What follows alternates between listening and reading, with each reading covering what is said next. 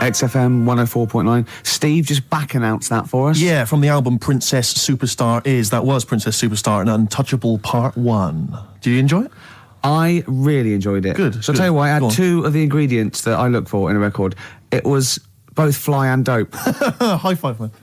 Yeah, okay. You're sweet, man. Coming up, I've got my film review. Looking forward to it. It's a great one. It's a great film. I've got a song for the lovers any minute now. Sure.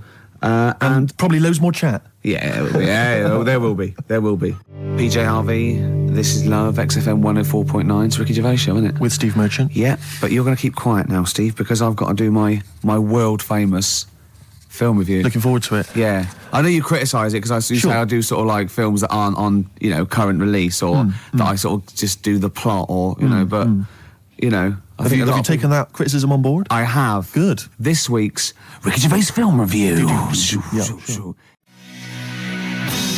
XFM 104.9. Dandy Warhol's Bohemian Like. It was the Ricky Gervais show. With Steve Merchant. Yeah, exactly. And Carl, who's turned our microphones on. Can't believe it. Good to see you, Carl. Good to see you, Ricky. Cheers.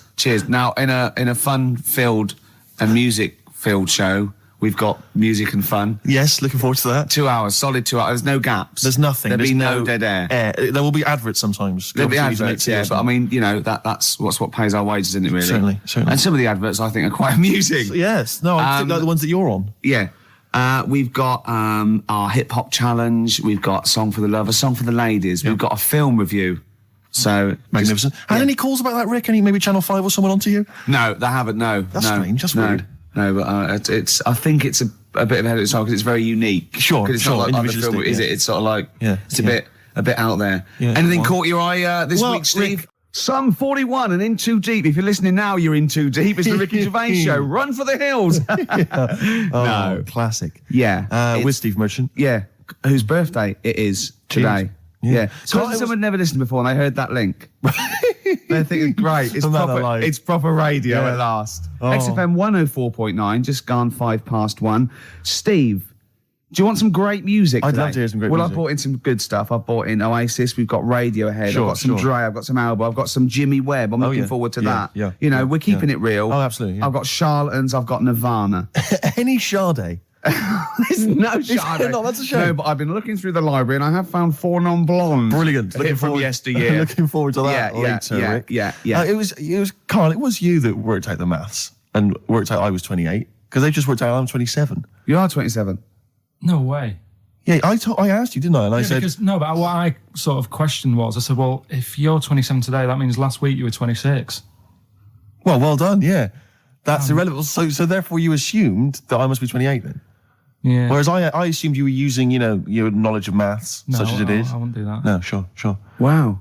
I actually got lost in that conversation because I genuinely didn't know what he meant would mean last week you were 26. I don't know what that meant. I don't know what it meant. Wow. Well, it is Steve's birthday. But he would have been 26 last week. Sometimes you genuinely frighten me because it's those staring eyes. There's nothing behind him. It's this little bald head. Looks like Davros looking at me. Genuine fear on his face when he enters into a conversation with another human being. What bit don't you understand? If he's 27 today, he would have been 26 last week, and he doesn't look 26. He didn't look 26 last week.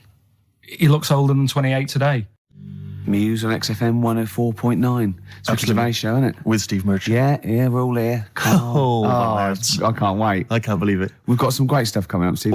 I'm being honest. Go on. There's some great tunes. Yeah. We've got, there's too many to mention. Don't mention them. Well, there's about 20, actually. Is there? We could mention them. Looking forward to them. I've got a brand new feature as well. I'll do a film with you. Loving it. And, we do Run for the Covers and Song for the Lovers. And got a new feature. Go on. That film sounds good. Right. It's not the film review. It's a track from a film. That's brilliant, Rick. Yeah. That's absolutely That film sounds good. Yeah. Something like that. People will be desperate to look forward to that. And there'd just be some chat as well. There'd just be some nattering. Carl, have we got anything to give away this week? No. Ooh, it's a shame. Yeah. I quite like giving stuff away. Yeah. It makes me feel quite powerful. Does, in the week... Is there any meetings like, what should we give Ricky and Steve to give away? Because I'll see lots of trailers for the breakfast show and that, Enterprise and that. Or do they go who? Anyway, comes Saturdays. Saturdays? What? I don't work Saturdays. No, but it's still on the air Saturdays. Is it? Who listens on a Saturday? Yeah, between 1 and 3. Oh, that's the worst time, isn't it? They sort of hear you, taking the mickey out of what tickets you're given. And I think this week you could have had St Etienne, but they said no. We'll hold them back. I love we're being punished. Yeah. Yeah. But I'll tell you what we're being punished for being subversive and rock and roll. Yeah. Is that a crime, Rick? I don't think so. High five. High five. You've got to hit the hand. Yeah, otherwise it sounds embarrassing. You're a lot taller than me, aren't you? Just hit high five. Yes. Play Sweet. record. Ash, there's a star on XFM 104.9, 1:05. That means it must be well in. 5 minutes into the Ricky Gervais show. With Steve Merchant. Yeah, he's here as well. Yep. Well, we've got some great tunes lined up, haven't Have we? We got Eminem, we've got Coldplay, Oasis, we've got Brilliant. De La Soul, Chemical Brothers, Dr. Dre, Garbage, R.E.M., The Manics, we got Muse, we got Feeder, we got some classic I mean, you've said all Radiohead. those names, Rick, but the chances of us actually playing all of those are quite slim. We might not get to them if we talk too much. And obviously, we'll drop a couple of those to play our own tracks as well. Yeah. Well, they are our own tracks. Yeah. You know. Well. I'm not gonna get into that now. Right. Here's Eminem. Strokes last night on XFM 104.9, Ricky Gervais show. With Steve Merchant. Definitely. Ahoy. And little Karl Pilkington. Little over there. KP, the K-Man. Steve, Yes. don't worry anymore. Okay. I've procured some great gifts to give away. I was tired of seeing all these other people getting gifts and that, and it was all going to that O'Doddle and O'Diddley. Diddley, yeah. And Anderson and Sturgis, or at least she steals them herself. Well, at least she steals herself to sell them to feed the habit, and that's fine. I don't mind that, because it's industrious. Exactly. But I have got Feeder, Echo Park. I've got the Essential Bob Dylan. Now, that is a good giveaway. That's a great giveaway. And Reloaded 3. Did you buy these yourself? No, little Carl found them. I have to say, Carl, you've done an absolute dynamite job here, mate. This is great prizes. And I thought we could play that trivia quiz where we're the challenge. If they get someone to catch us out, maybe, or a question. You confused me slightly. Explain again. Well, we could play a little trivia quiz, couldn't we? Right. And then we could sell the fish. Use the words that you need to complete the sentence, and Rick. Then, we could do this. What's the quiz? I don't know. You've not thought this through? No. We don't know. Yeah. We the problem with me is it's like when you multiply anything with naught. To the power of exactly. Well, Nothing ever happens. Yeah, okay, shame. And I'm a fat little ugly fella like Reg Varney. Well, there are lots of people there that you don't like, and you could go up to afterwards and almost like metaphorically flip the bird. What's that mean? Last week, flip the bird. You dirty middle finger. And see, I married Steve single. No, what are you talking about? Well, there are lots of people there. I thought it was a euphemism. Who you haven't got on with in the past, and then they're all being really nice to you. What I'm talking about. We get on with everyone, don't we? What does flip the bird mean? What does flip the bird means? You got that hipster thing. The finger. Give me the finger. Yeah, but I thought there was a dirty metaphor. No. You're always thinking this. Don't bring me down to your level till at least 5 minutes. All right. Coming up after the break, we've got Steve and Ricky and lovely Claire. We're driving their desk. Hello. Right, Claire? Hello. Don't bend over like that, Claire. Put a longer top on or something. You're right, boys. You're very studious there. We are. We're working hard on the show. Just working out what we're going to play. And what order. I love the way you even live the pretense. What about some Foo Fighters mixed with the Strokes, Ricky? I wouldn't mind a bit of Strokes or New Order. What should we kick in with? Undecided yet, Rick. Probably got some ads to help us decide. That dilemma will be revealed in just under 4 minutes. Stick around. Merry Christmas, too. POD, or POD, as I call them. I don't. No. XFM 104.9. It's the Ricky Gervais Show. With Steve Merchant? Yeah. So Dermot O'Diddley... Yes. 3 weeks and weeks in a row, he doesn't even turn up. And now suddenly he's all over breakfast. I noticed, he's standing in for the breakfast show. Why weren't we asked to do that? Well, we were. Were we? Yeah. I didn't know about this. Yeah, but I don't want to get up that early, do I? Sure. I feel a bit hungover today, actually. Do you? Yeah. What's happening? What were you partying last night, were you? Well, not partying. We just went out for a couple of drinks and had a meal and then went to the Borderline and saw I'll tell you about that. It's good. You saw a band? That's the first time in years, isn't it? It is, yeah. Yeah, because, you know John Sim, the actor? Not really. He's in this band, right, called Magic Alex. And it was really good. They're sort of like a friendly Oasis. They got, it's quite mank sort of feel, but it's really good. Good songs and everything. Is he the singer? Yeah, no, he's the guitarist. Nice, cool. But it was full of actors, because of that. And I felt quite tall. That's ludicrous, because you're a very short man. Well, I am. I'm sort of, I was average, but now I'm not, I don't think. 5'8", that's right. But there, I was like it was like Lilliput. So I just got to hang out at actors do. Yeah. This is the reason, because actors are often quite handsome people, but yet they're always quite obnoxious. We are. No, I mean, they're normally quite obnoxious, Rick. Again, you're a good example of that. And yet, I think it must be the small man complex. That's what makes them so obnoxious and so kind of desperate for attention. Didn't realise it before. Steady on. Because I tower above everyone. You do, don't you? I'm, for people who don't know, who are listening, I'm 6'7" tall. That's high. Yeah. That's big. And for people who've never seen him, he doesn't hold it well. It's not like he's a sort of handsome athlete, is it, Carl? He's a bit of a, what would you call him? Carl, don't answer. No. Don't get drawn into that. You know the game he's playing. No. Do you know yesterday when you were in the office? Yeah. You did a little move, and it reminded me of Blakey.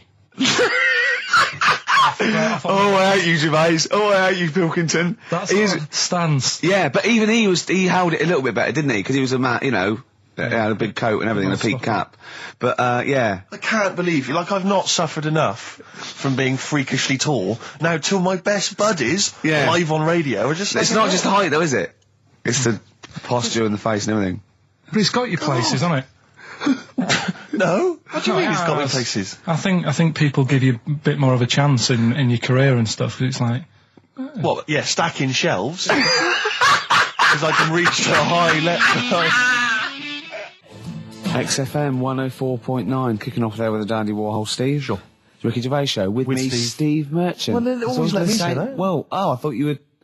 What? Well, it's 1:05, isn't it? Already an error has occurred. Yeah, It's a shame, 'cause it could have been slick. But, Steve, we've got some great music. I've been on a bit of a soul tip this week, to be honest. Yeah, I was a bit of a folky last week, but, you got stuff from, like, early Bowie, some Stevie Wonder, a little bit of Groove Armada. We've got the classics. We've got Coldplay, we've got Blur, we've got Ash. Sure. We haven't planned anything for the show. Got nothing, have you? You're just reading the list of songs there. Songs that I might thinking that play. will fill up some time. Oh, no. Anything interesting happened to you over the week? Nope. No, I just swore off air, and Carl went, never swear in an on-air studio. I love it when Carl tries to sound like he's professional and understands the business. Yeah. You don't fool us, Carl. Yeah. Eh? Oh, I wish I could buy like a Carl, like those Garfields you can stick on a car window. Oh, yeah. I reckon we should be able to get a car like that we could send out as a gift to people. That'd be lovely, wouldn't Just this little face pressed up against the glass, like a window licker. Yeah, like you'd have to lick his face to stick it there. Yeah, that'd be a joy. Oh, bless him. Or one of those things you throw out a window and it sort of like flaps down. They sell them for a quid. Yeah, exactly. Or those little dancing baby cars. Pigeons. That's what we used to use. Or frogs from the pond. Sure. That's cruelty to animals, and I don't condone that. And it was a joke before the RSPCA phone in and say stop throwing frogs at windows. Well, people who are listening... I don't mean the French, by the way. That sounds like xenophobic. Before someone calls in and says stop throwing French people at windows. Yeah. So I'm digging myself into a hole here, aren't I? Yeah. It's all gone horribly Quick, wrong. mention the Germans and then let's go. Yeah. I don't mind the Germans. No, good. Hives there on XFM 104.9. I'm Ricky Gervais. Steve Merchant. It's with you. Oh, yeah. Yeah. Sentences. It's just using the traditional English language. But you put me off. You pointed to yourself, and I just said Steve Merchant. You know what we do that every week. You introduce me. Yeah. You say with me, and I go Steve Merchant. No, yeah. So it's a catchphrase that everyone's waiting to hear it. No, but usually I go Ricky Gervais, and you go with Steve Merchant. But this time you pointed to you, so I said it. But I didn't say it. It caught me off guard, so I didn't use the sentence. Oh, I don't like the way you sit, right? I've read medically that if you're slouching like that, can you try and describe how you're sat? But you've got the kind of have you ever seen that picture of when John Lennon was off his head on Smack recording Let It Be and he was lying on the floor at Abbey Road? That's basically what Ricky looks like now. I was scared. It's not good for you. That look at you can't breathe properly in the diaphragm, so you're going to speak badly.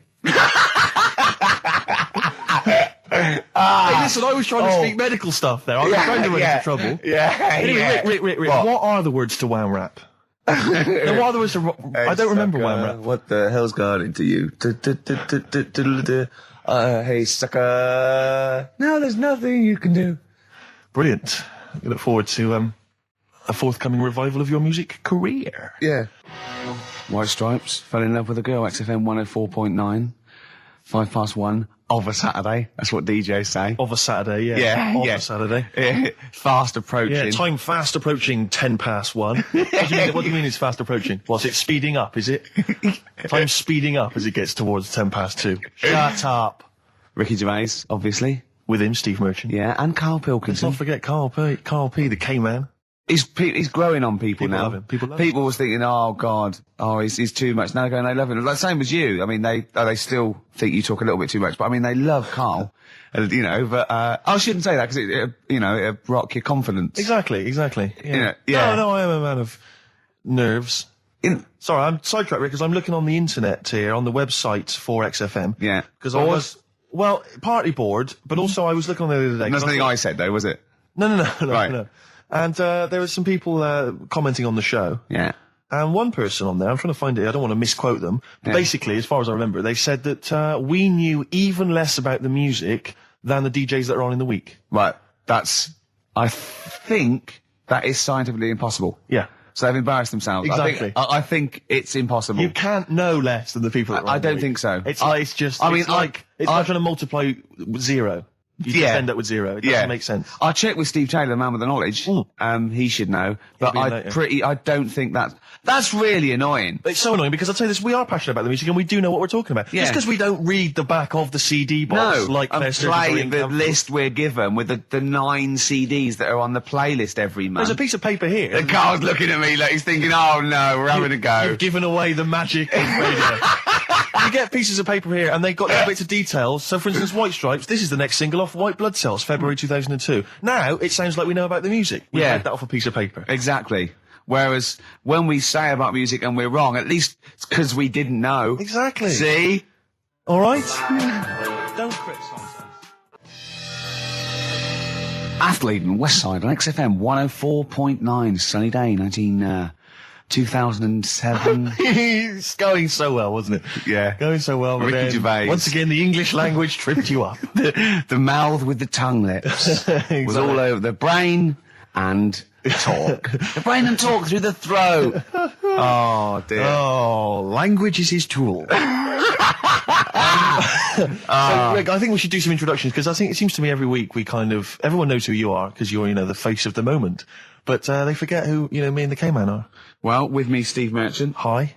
And the K-Man, who's our producer and friend. And can I just say that I really look forward to this show. Like, I get, oh great, we're going to do a show and we're going to play some tracks we like and have a laugh. But now I'm looking forward to meeting Karl. Of course. Honestly, I come in and I see his face and I go, all right. And I'm, just great, like just a little friend. Do you know what I mean? You know when a kid comes on to play with him and you go, oh, and can I come out to play? And it's like little friends. It's like that with Karl. Yeah. Yeah, and if we don't see him in the week, you see, we deliberately stay away from him in the week so that he'll be fresh to us. It was, go on. You start off friendly, like you did today, and as soon as Steve turns up, you start getting nasty and saying things about my little bald head.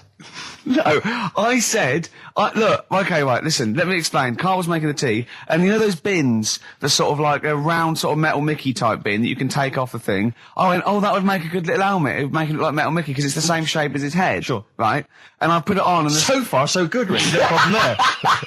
That's just two mates having a laugh. Right. You're putting a bin on another man's head. Right, it's right. So I put it on, and the swing bit, through gravity and the angle, swung and hit him in the nose. Sure. Right? He went, ow. And I said something like, it's all right. Yeah, of course, because you were being amused. Yeah, I said, it's all right, don't worry. Yeah. And he went, no, I've just washed my hair. Yeah. That annoyed me. That did annoy you, sure. Because there was lots of, like, shit and coffee and horrible gunk. In his hair, or? No, in the inside of the bin. Sure. But what annoyed me is he's hardly got any hair. Let's be honest, he looks like Moby. Yeah, so I said, I took the bin off. Yeah. And I was having that, and I thought, you ruined my fun is what do you know what I mean? I said, what's your hair? I said, we could do that now in 30 seconds. Yeah. And he looked at me like I was in the wrong. I know. Rick, that annoys me about him. I know. That doesn't annoy me about him. Star Sailor and Poor Misguided Fool. With me, Steve Merchant, and Karl Pilkington. The K-Man, round of applause for K-Man. Yeah. But no one's announced who you are. Ricky Gervais. Ricky Gervais. It's XFM 104.9. Saturday afternoon. If you didn't know that, I don't know why I mentioned it. That was stupid, really. You must know that by now. Well, we've got some great things coming up. We have indeed. We've got songs and chat and things. We'll also, of course, be running through the White Van Man questions from the Sun again, but this time Karl will be answering them. I look forward to that. Yeah. Can we do that fairly soon? Oh, there's some good questions this week. Yeah, we will, but as I was coming in, there was like a bunch of posh lads, I think university students, trying to get in, because they're doing one of those scavenger hunts that they have to get points for charity and do stuff, and one of theirs is get on a live radio show. Right. So I sort of felt sorry for them, so I said they could come on here, just for 5 minutes. Who are that's they? All right. And they're just... Are they toffs? They are sort of like toffs, but they're trendy toffs. They're obviously... Trendy toffs? I don't know what's that. Is that like Lady Victoria Hervey? Is she No, I don't mean that, no. They're both sort of like that, Will off Pop Idol. Right. They like him, sort of like trendy but posh. Okay. They seem nice enough, and they're doing it for a cancer charity, and they just get They got for what is it like? They got their sponsor to do various. Exactly. I don't know quite how it works, but they're gonna come on and because we get for coming on this live radio show, they get 17,000 points. Right. Good. If I can put that in context, Yeah. if they were to say to help deliver a baby, they only get 7,250 points. But it's much easier. It is. There's lots of women just Happily dropping sprogs all over the place. You can't get on a live radio show these days for love nor money. That's true enough. You know what I mean? Yeah. So when are they coming in? Carl said they're going to just 1:30. I had a word with them. Okay. What did you make of them? They are posh, Really? but they said they're going to wander about and go and see if they can deliver a baby and that, and then come back here for 1:30. And I don't know if it. I hope they don't leave a baby sort of half out. You know, if they've got it. You know, they're push. Sorry, we're gonna have to shoot off. We've got to go and see. We've got to play an instrument in a marching band for 8,500 points. Well, I did say be here definitely at 1:30 because I don't want you getting in the way of the white van questions. And the other thing is, right, they get 7,500 points for delivering a baby, but they get 9,000 points if they cut Peter Stringfellow's hair. Well, he's very precious about his hair. It's a more delicate operation, isn't it? There's more that can go wrong. That's true enough. Take an unconventional animal for a walk in a park. What is an unconventional animal? I think that could be a dog that just doesn't play by the rules. Yeah, that's a dog that's into Slipknot. Yeah, that wheeze in a urinal. Yeah, exactly. Standing up. Exactly. Yeah, well, I'm looking forward to that. Yeah, I'm sure they're lovely guys. Good luck to them. Yeah, we'll see you later. 07 distractions, very nice. Yes, I approve of that, Carl. Good choice there. Now, Steve. Yes. Carl came round to my flat. It was Tuesday night, wasn't it? Nice place. Now, thanks. Now, last week after the show, I think you guys were in the time you were in the toilet. Right, Carl got out the lottery ticket that he bought. He went, I'm feeling really confident tonight. Right. I laughed. He went, no, seriously. He said, look at the numbers. And I looked at them and I think they were 4, 6, 8, 20, 36, 48, weren't they? He was going, I just got a feeling about those. I went, sure. He went, although, my girlfriend said that, if I won the lottery, we'd probably split up because we like such different things, meaning she likes to travel and he doesn't. And so he said, so what I said was, well, if I win, then I won't tell you. I'll just treat you a little bit more. Brilliant. That's brilliant logic. That is great. Anyway. I'll look after her. Oh, I imagine you take care of her, yeah. Yeah, you're a good guy. How would you do it then? You just sneak little gifts in slowly over many years? Yeah. You don't think she'd rumble, the fact that you, don't work anymore and drive a Lamborghini? Well, I'd still do this, I think. What, just as a kind of beard, as a cover story? Yeah, just... So you'd pretend to come to work, but maybe off partying and stuff in the daytime? Yeah. Clever. Now, he didn't win. Okay. I phoned him up Saturday night, he went one number. One number. I think it was 8, wasn't it? Yeah, well, there was a lot of 8s on my piece of paper, weren't there? So I think it was either an 8 or an 18 or a 48. And he went, and he was disappointed. He said, waste of time. I went, well, he said, no, waste of time. He said, I've worked it out. I went, go on. He went, there are 26 letters in the alphabet. I went, yeah. He went, think how many words you can make out of them. He went, there are 48 numbers on the lottery. I went, yeah, 60 million to 1. He went, yeah. Not worth it. I looked into that in the week, right? And there's even less letters in the Welsh alphabet. They've only got 20, and yet they've got loads of words as well. So even 20, the chances, if there was 20 numbers and you had to pick 6 winners, it'd still be really... unlikely. Yeah. Yeah. Yeah. You should be a mathematician. And anyway, so we got talking about it. We got talking, that was me, him and Jane around there. And I told Jane that he said about, if you won the lottery, no, he doesn't like travel. And she went, why do you like travelling? And he went, well, I don't like planes. I'm really scared of planes and that. And she went, well, if you won the lottery, you could have a world cruise. And he went, no. She went, don't fancy it? I went, no. He said, if you go on a world cruise, what do you do next year?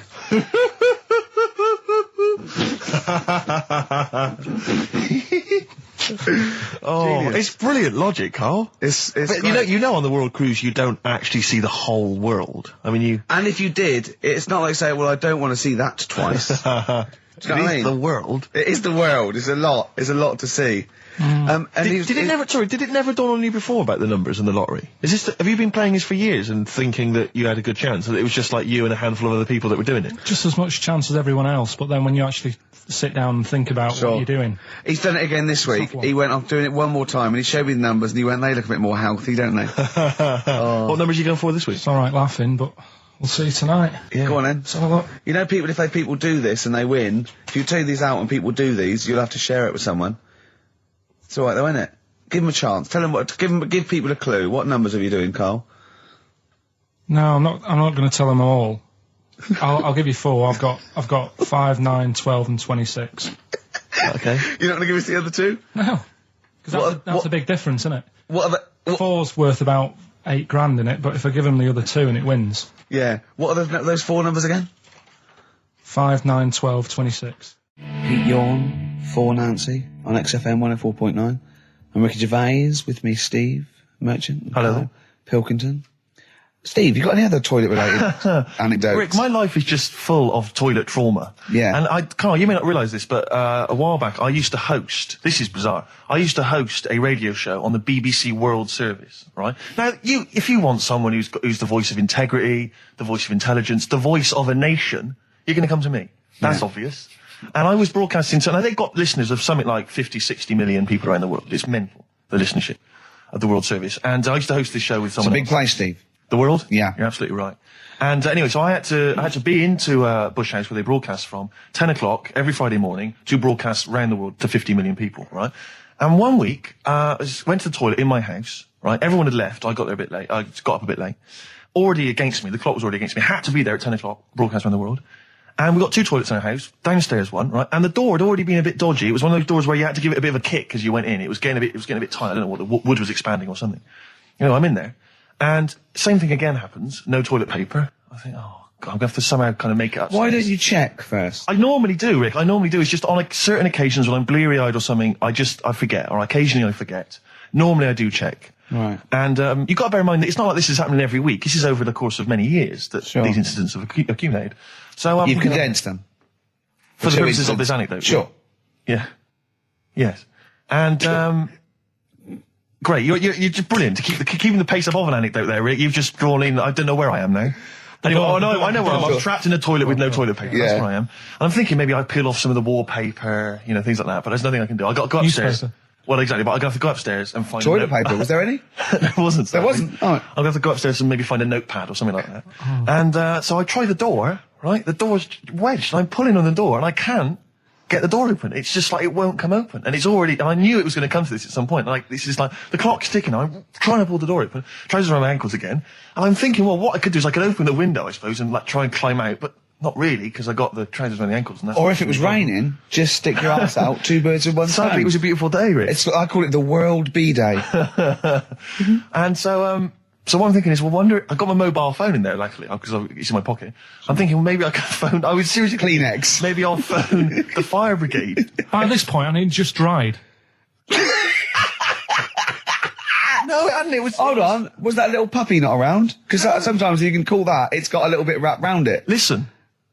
Or just use the puppy itself. There's 50 million people around the world going to need to hear my voice in 30 minutes. Exactly. And where's Steve? He's not locked in a toilet again, is he? Exactly. Oh, no. So I'm thinking about phoning the fire brigade, and I'm thinking, like, if I do that, it's going to be the first call that goes straight on the speakerphone. Yeah. For, like, the entire fire brigade service everywhere. With a butch hero carrying you down over his shoulders with your trousers around your ankles. Exactly. Can I just not pull him up? No. You've got to be taught a lesson. Yeah.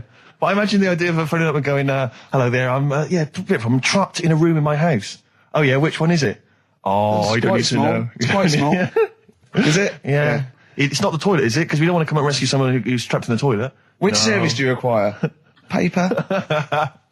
So I think I can't phone the fire brigade, the clock's ticking. So then I think one of my housemates is still in the house, but still asleep.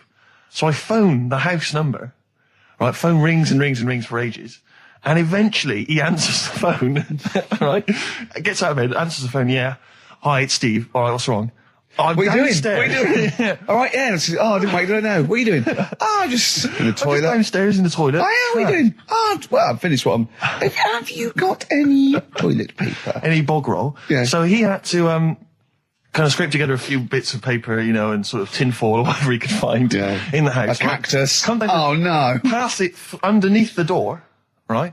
And then I said, can you move away from the door because I don't want you to hear me as I'm, you know, wiping the... And so you he didn't say that? Yeah, well, I didn't want him to, you know, that's embarrassing. Sorry, that's embarrassing. What were you wiping it with? Not tumbleweed. What do you mean? What noise? I know what you mean. Yeah. No, exactly. Right. So then I say, right, can you smash... Why was he hovering? Why didn't he want to walk away? Will you keep your... What was it? Outside with a glass to his ear? Yeah. Thankfully, there was a window in the door, but it was frosted glass. You could just see my semi-naked body moving around. And so eventually I said to him, look, listen, I'm going to need you to sort of kick the door in. He said, well, I don't want to kick the door in because you're going to have to pay for it, aren't we? I go, yeah, but I got to go to the World Service.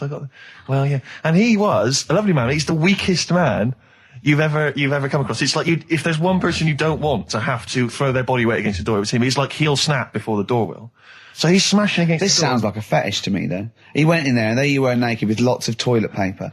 And you go, oh, you've broken the door down and there I am naked.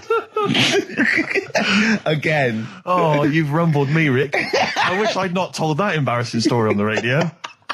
Like it wasn't embarrassing enough, you've just got to make it slightly more seedy. Oh, so did he get it down? He did it, yeah, and I got to the World Service with like minutes to spare.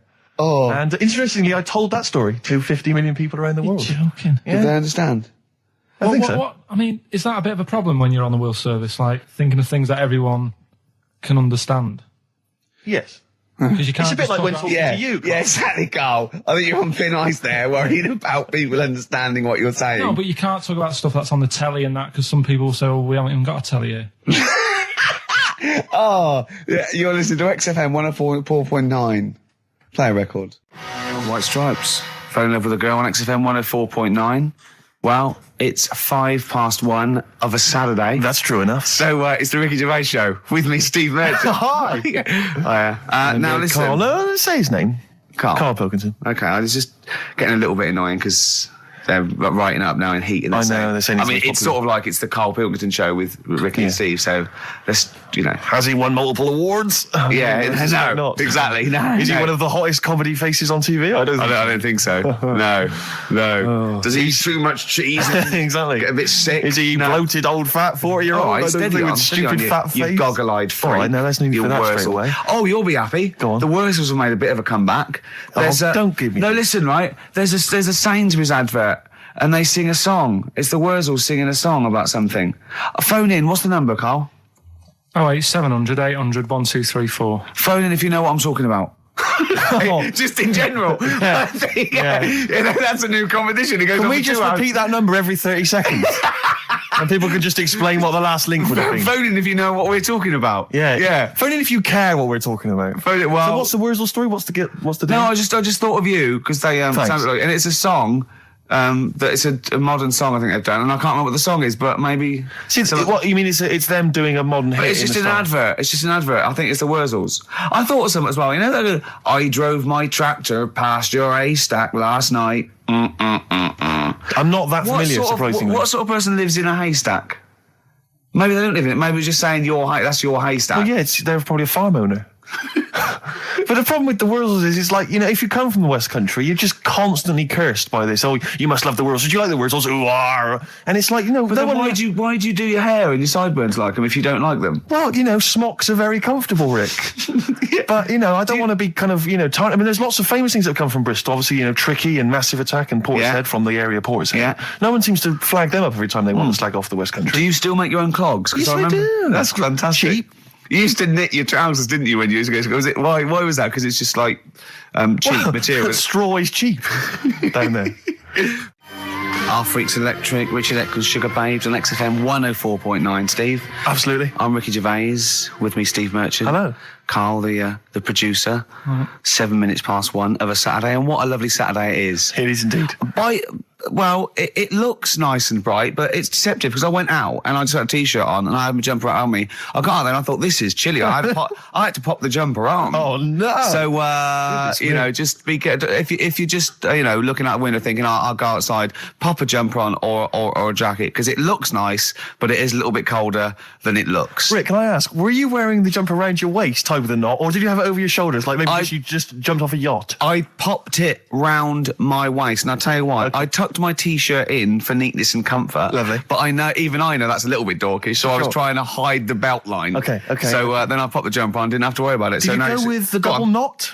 I didn't. Just a single knot, because that can loosen if you're not careful, especially if you're carrying bags or you're busy on the tube. I know, but I wouldn't mind that as long as I didn't lose it. As long as I saw it loosen and fall, I'd pick it up and You'd be pretty devastated if you fell off clean and it. Not in the washing machine, no. Go on. I'd pop it in a cold wash soak, right, and then leave it out on a few towels or something, or pop it over the radiator. So what's the problem with putting it in a hot wash? Well, it can cause shrinkage. Oh, no. So coming up, we've got loads of tunes. We're going to be playing some of the best bands around, some new ones, some old ones. Might even play some Adam Ant. We don't know yet.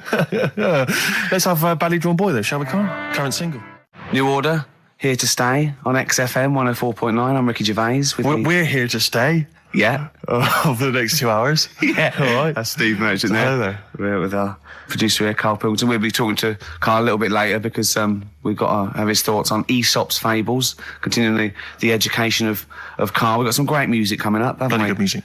A little bit of, what have we got? Happy Mondays. Badly Drawn Boy. Yeah, all that. Bob Dylan. All sorts. All sorts coming up. Yeah, Rick, I don't know, I just wanted to bring your attention to this. Someone passed this on to me. It's from the Guardian's media website. There has a sort of website that's dedicated to kind of media information. Is this about our complaint? Well, the headline is Comedian Rapped Over Radio Innuendo.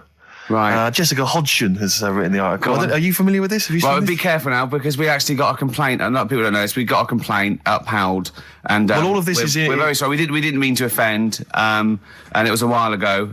So we are going to be very careful. Carl's getting very nervous. We're just going to read out. We're not going to editorialise, Karl. We're just going to read out what the Guardian printed about us. All right? Okay. Comedian Ricky Gervais has had a dressing down from a broadcasting watchdog for his repeated use of the word cock in a lunchtime radio show. That's all right. That's what it says. Fine. Carl. That's what he's not going to say it again. He's not. Yeah.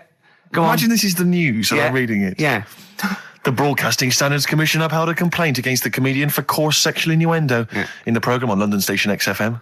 The Commission acknowledged that the presenter's remarks were intended to be humorous, but took the view that the amount and detail of the coarse sexual innuendo had exceeded acceptable boundaries for broadcast, said the BSC in a statement. The complaint objected to a section in the Comics Saturday afternoon show when he discussed the different meanings of the word cock. Gervais wondered aloud whether the word was acceptable when discussing birds, but not the male sexual organ. A BSC spokesman said the comedian went on and on about it for nearly 5 minutes. XFM, a self-styled alternative radio station, said in its defence that its remit was to provide cutting-edge programmes for a youth audience. The station said the programme's brief was to include elements of alternative comedy within certain shows that would not fit within a more mainstream radio station format. In this particular show, it was not the presenter's intention to shock when they took a humorous look at how the English language could be construed in different ways within different contexts.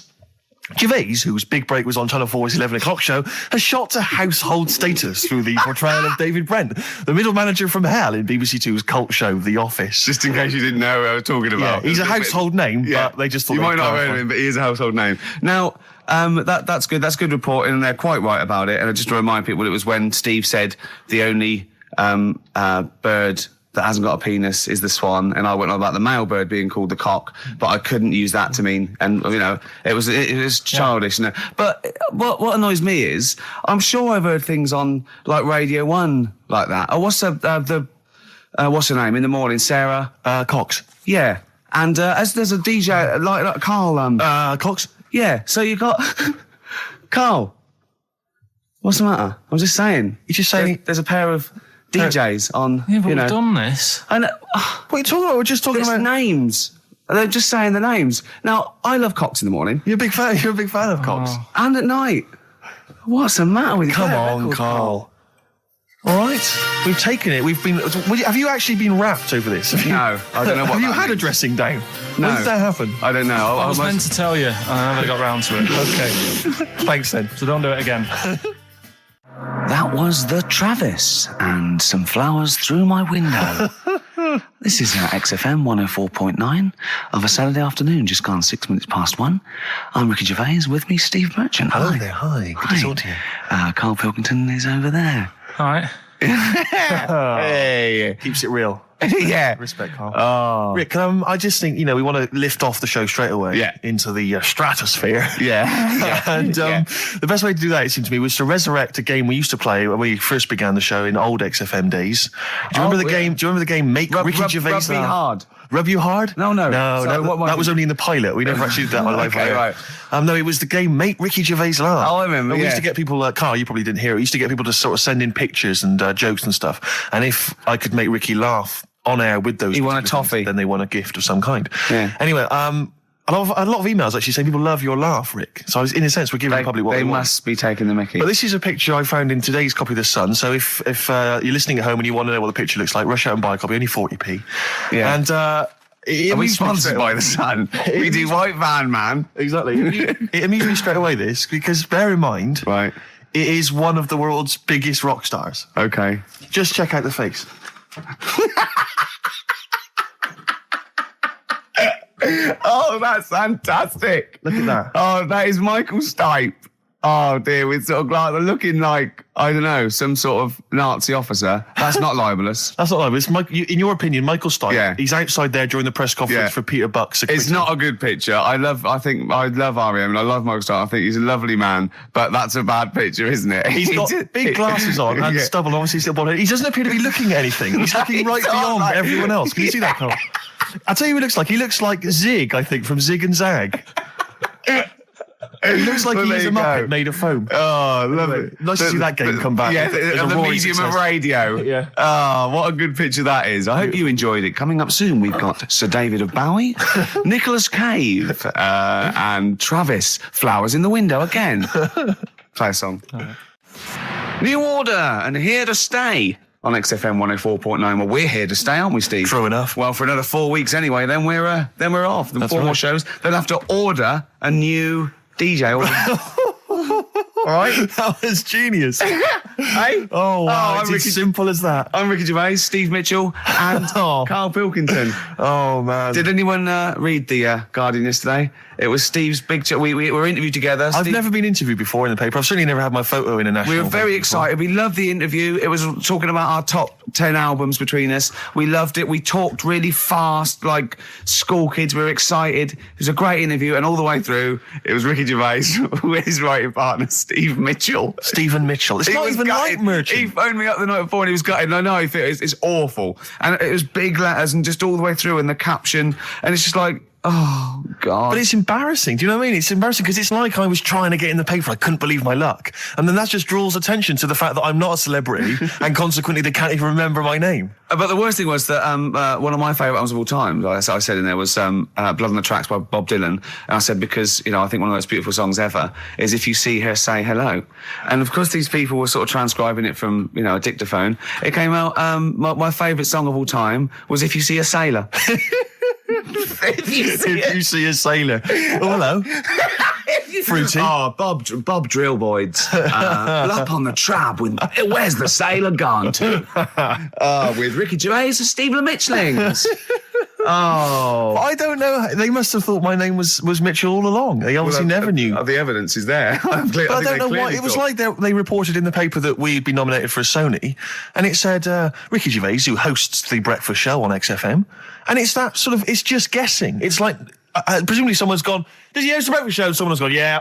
And that's their research done. Yeah, but there was a thing about The Office set in Swindon. That's someone going, just writing an article about The Office. Where's it set? Swindon, I think. Is it? Yeah. Okay, that'll do. Yeah. Yeah. Even we research the show now and again, don't we? Yeah. Even we look things up. Well, actually, people phone in. Usually that fella. What's that fella's name that calls in who's not got the website? He's got a funny name. Oh. Gilbell or something. James. Phone in if you remember what his name is. Yeah. James at Lose Control. Yeah, what's his surname, though? Oh, for goodness sake, this is just going to be interesting to him and his friends. Oh, yeah. Oh, yeah. You remember? We better play another record. Yes. I'll tell you what. If Johnny you like, Mango. Mango, that's it, yeah. Now, if you like Elvis Costello's Alison, or maybe Rick, Freeze, My Brother Jake, One of my favourites. stay tuned. See? Strokes, someday. No, that was a better choice, wouldn't it, to start off with? Hello, ladies and gentlemen. XFM 104.9. I'm Ricky Gervais, obviously. Steve Mitchell. No, come on, let's get my name right from now on. That novelty's worn off. What is it? Is it? Steve Merchant. Oh, yeah, that's the wrong one, isn't it, Mitchell? The Guardian got it wrong. It's Steve Merchant. And the more I say Mitchell, the more people are thinking Exactly, it might be Mitchell. Oh, God, sorry, Dave. But Carl wanted to start off with the Stereophonics. Oh, loser. Because it was a newer track. And Carl now, we've made him what he is. He was nothing when we found him. He was like work experience. And now he's going, we should start off with the story of France. I'm going, trying to tell you what to do, Ricky. If I want anyone's opinion, I don't. Basically. But he'd probably come to me, I imagine, wouldn't he? I'd be the first person. Before Carl, I'd consult you, Steve. Thank you. Just keep it, just because he was in Pilkington's making music.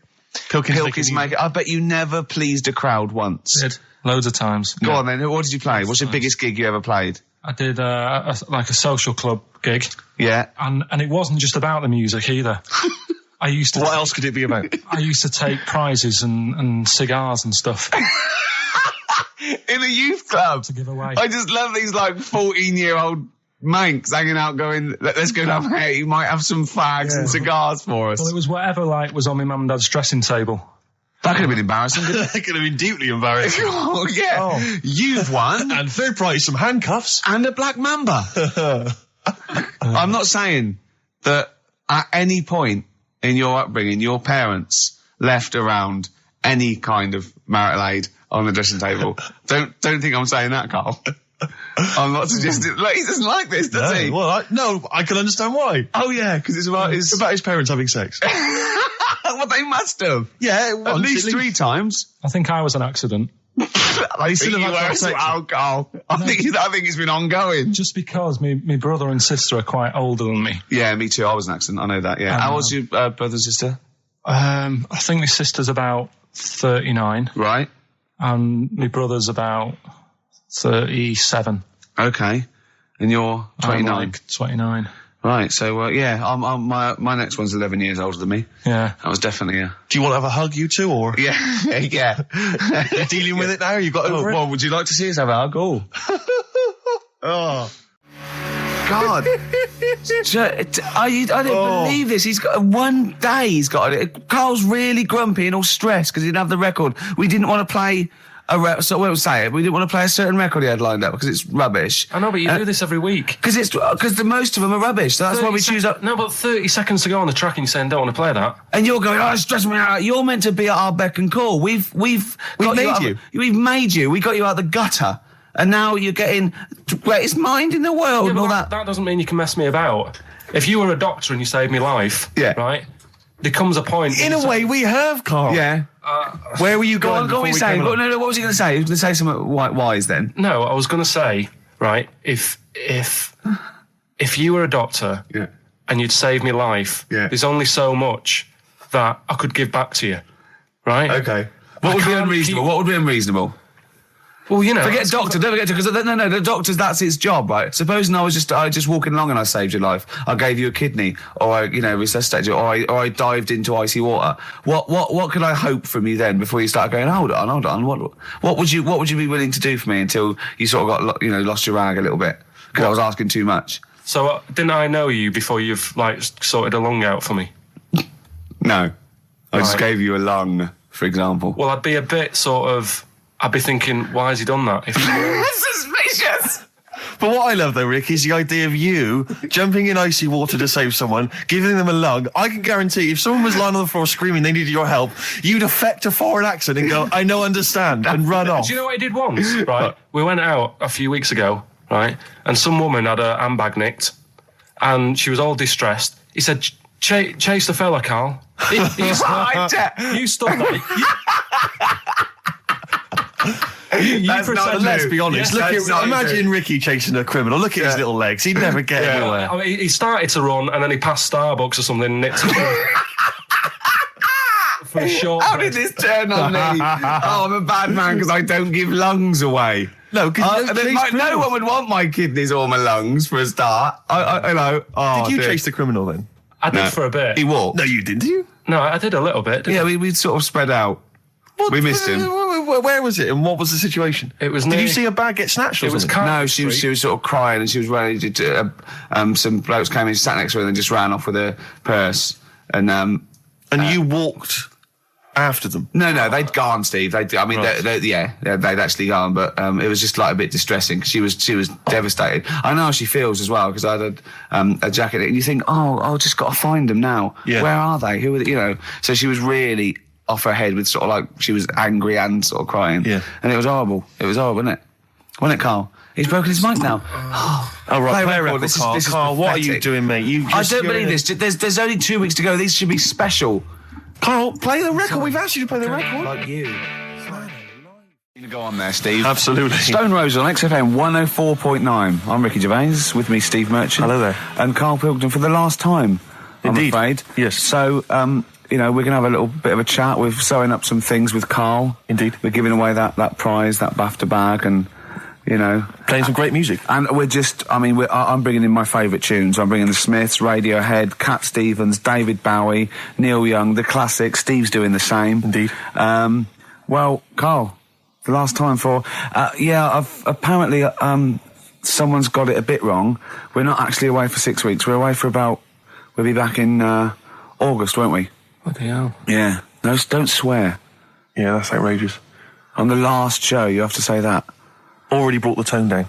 Yeah. Cheapened it. And I think it's blasphemous as well. Yeah. No, it's not. No, hell isn't, is it? Isn't it? No, I don't think that's not blasphemy, is it? Taking hell's name in vain? Yeah. Yeah, but what was it you were saying the other week about the Queen Mum used to have the right mouth on her? What?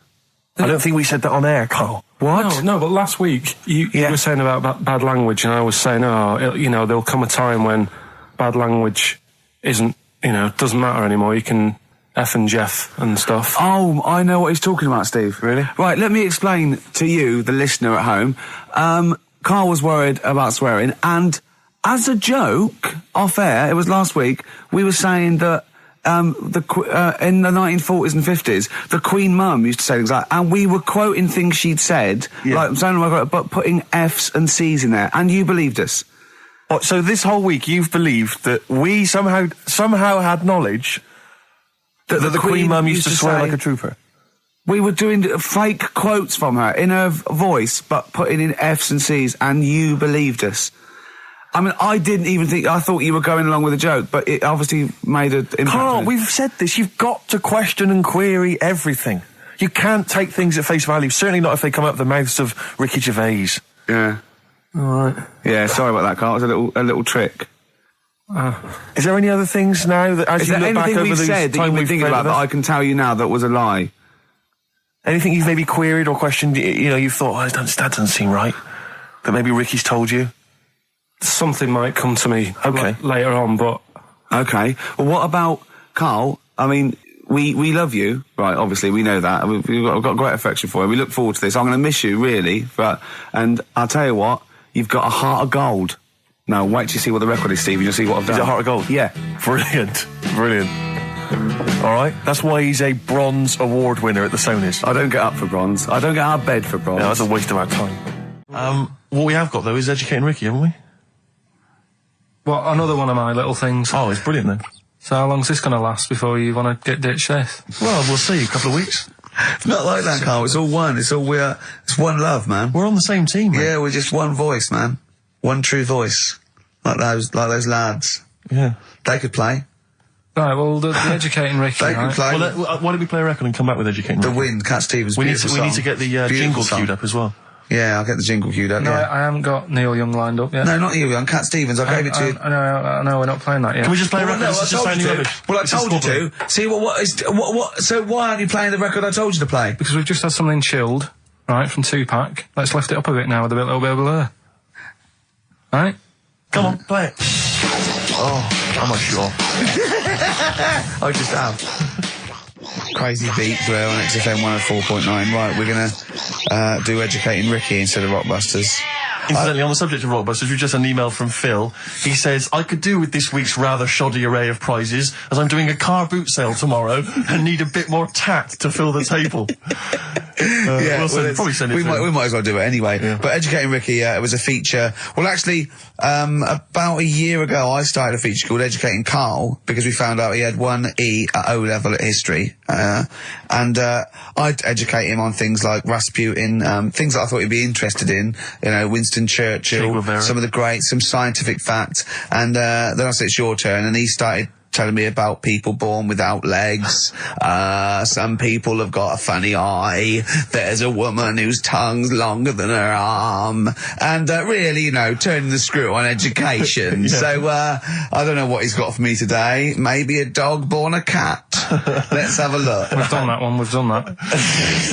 Is there, because often we should point out there's sometimes a crossover between Educating Ricky and Cheeky Freak of the Week, just in terms of subject matter. Yeah, so we've done Cheeky Freak of the Week. We've done all the freaks. What have we done with the Freak of the Week? There's a dog. There was a woman that had the back legs of a dog. What was last week? It was the girl who was born with 4 eyes, 2 mouths, and 3 legs. Sure. You weren't that impressed, so I thought if we've got to that and it's not impressing you.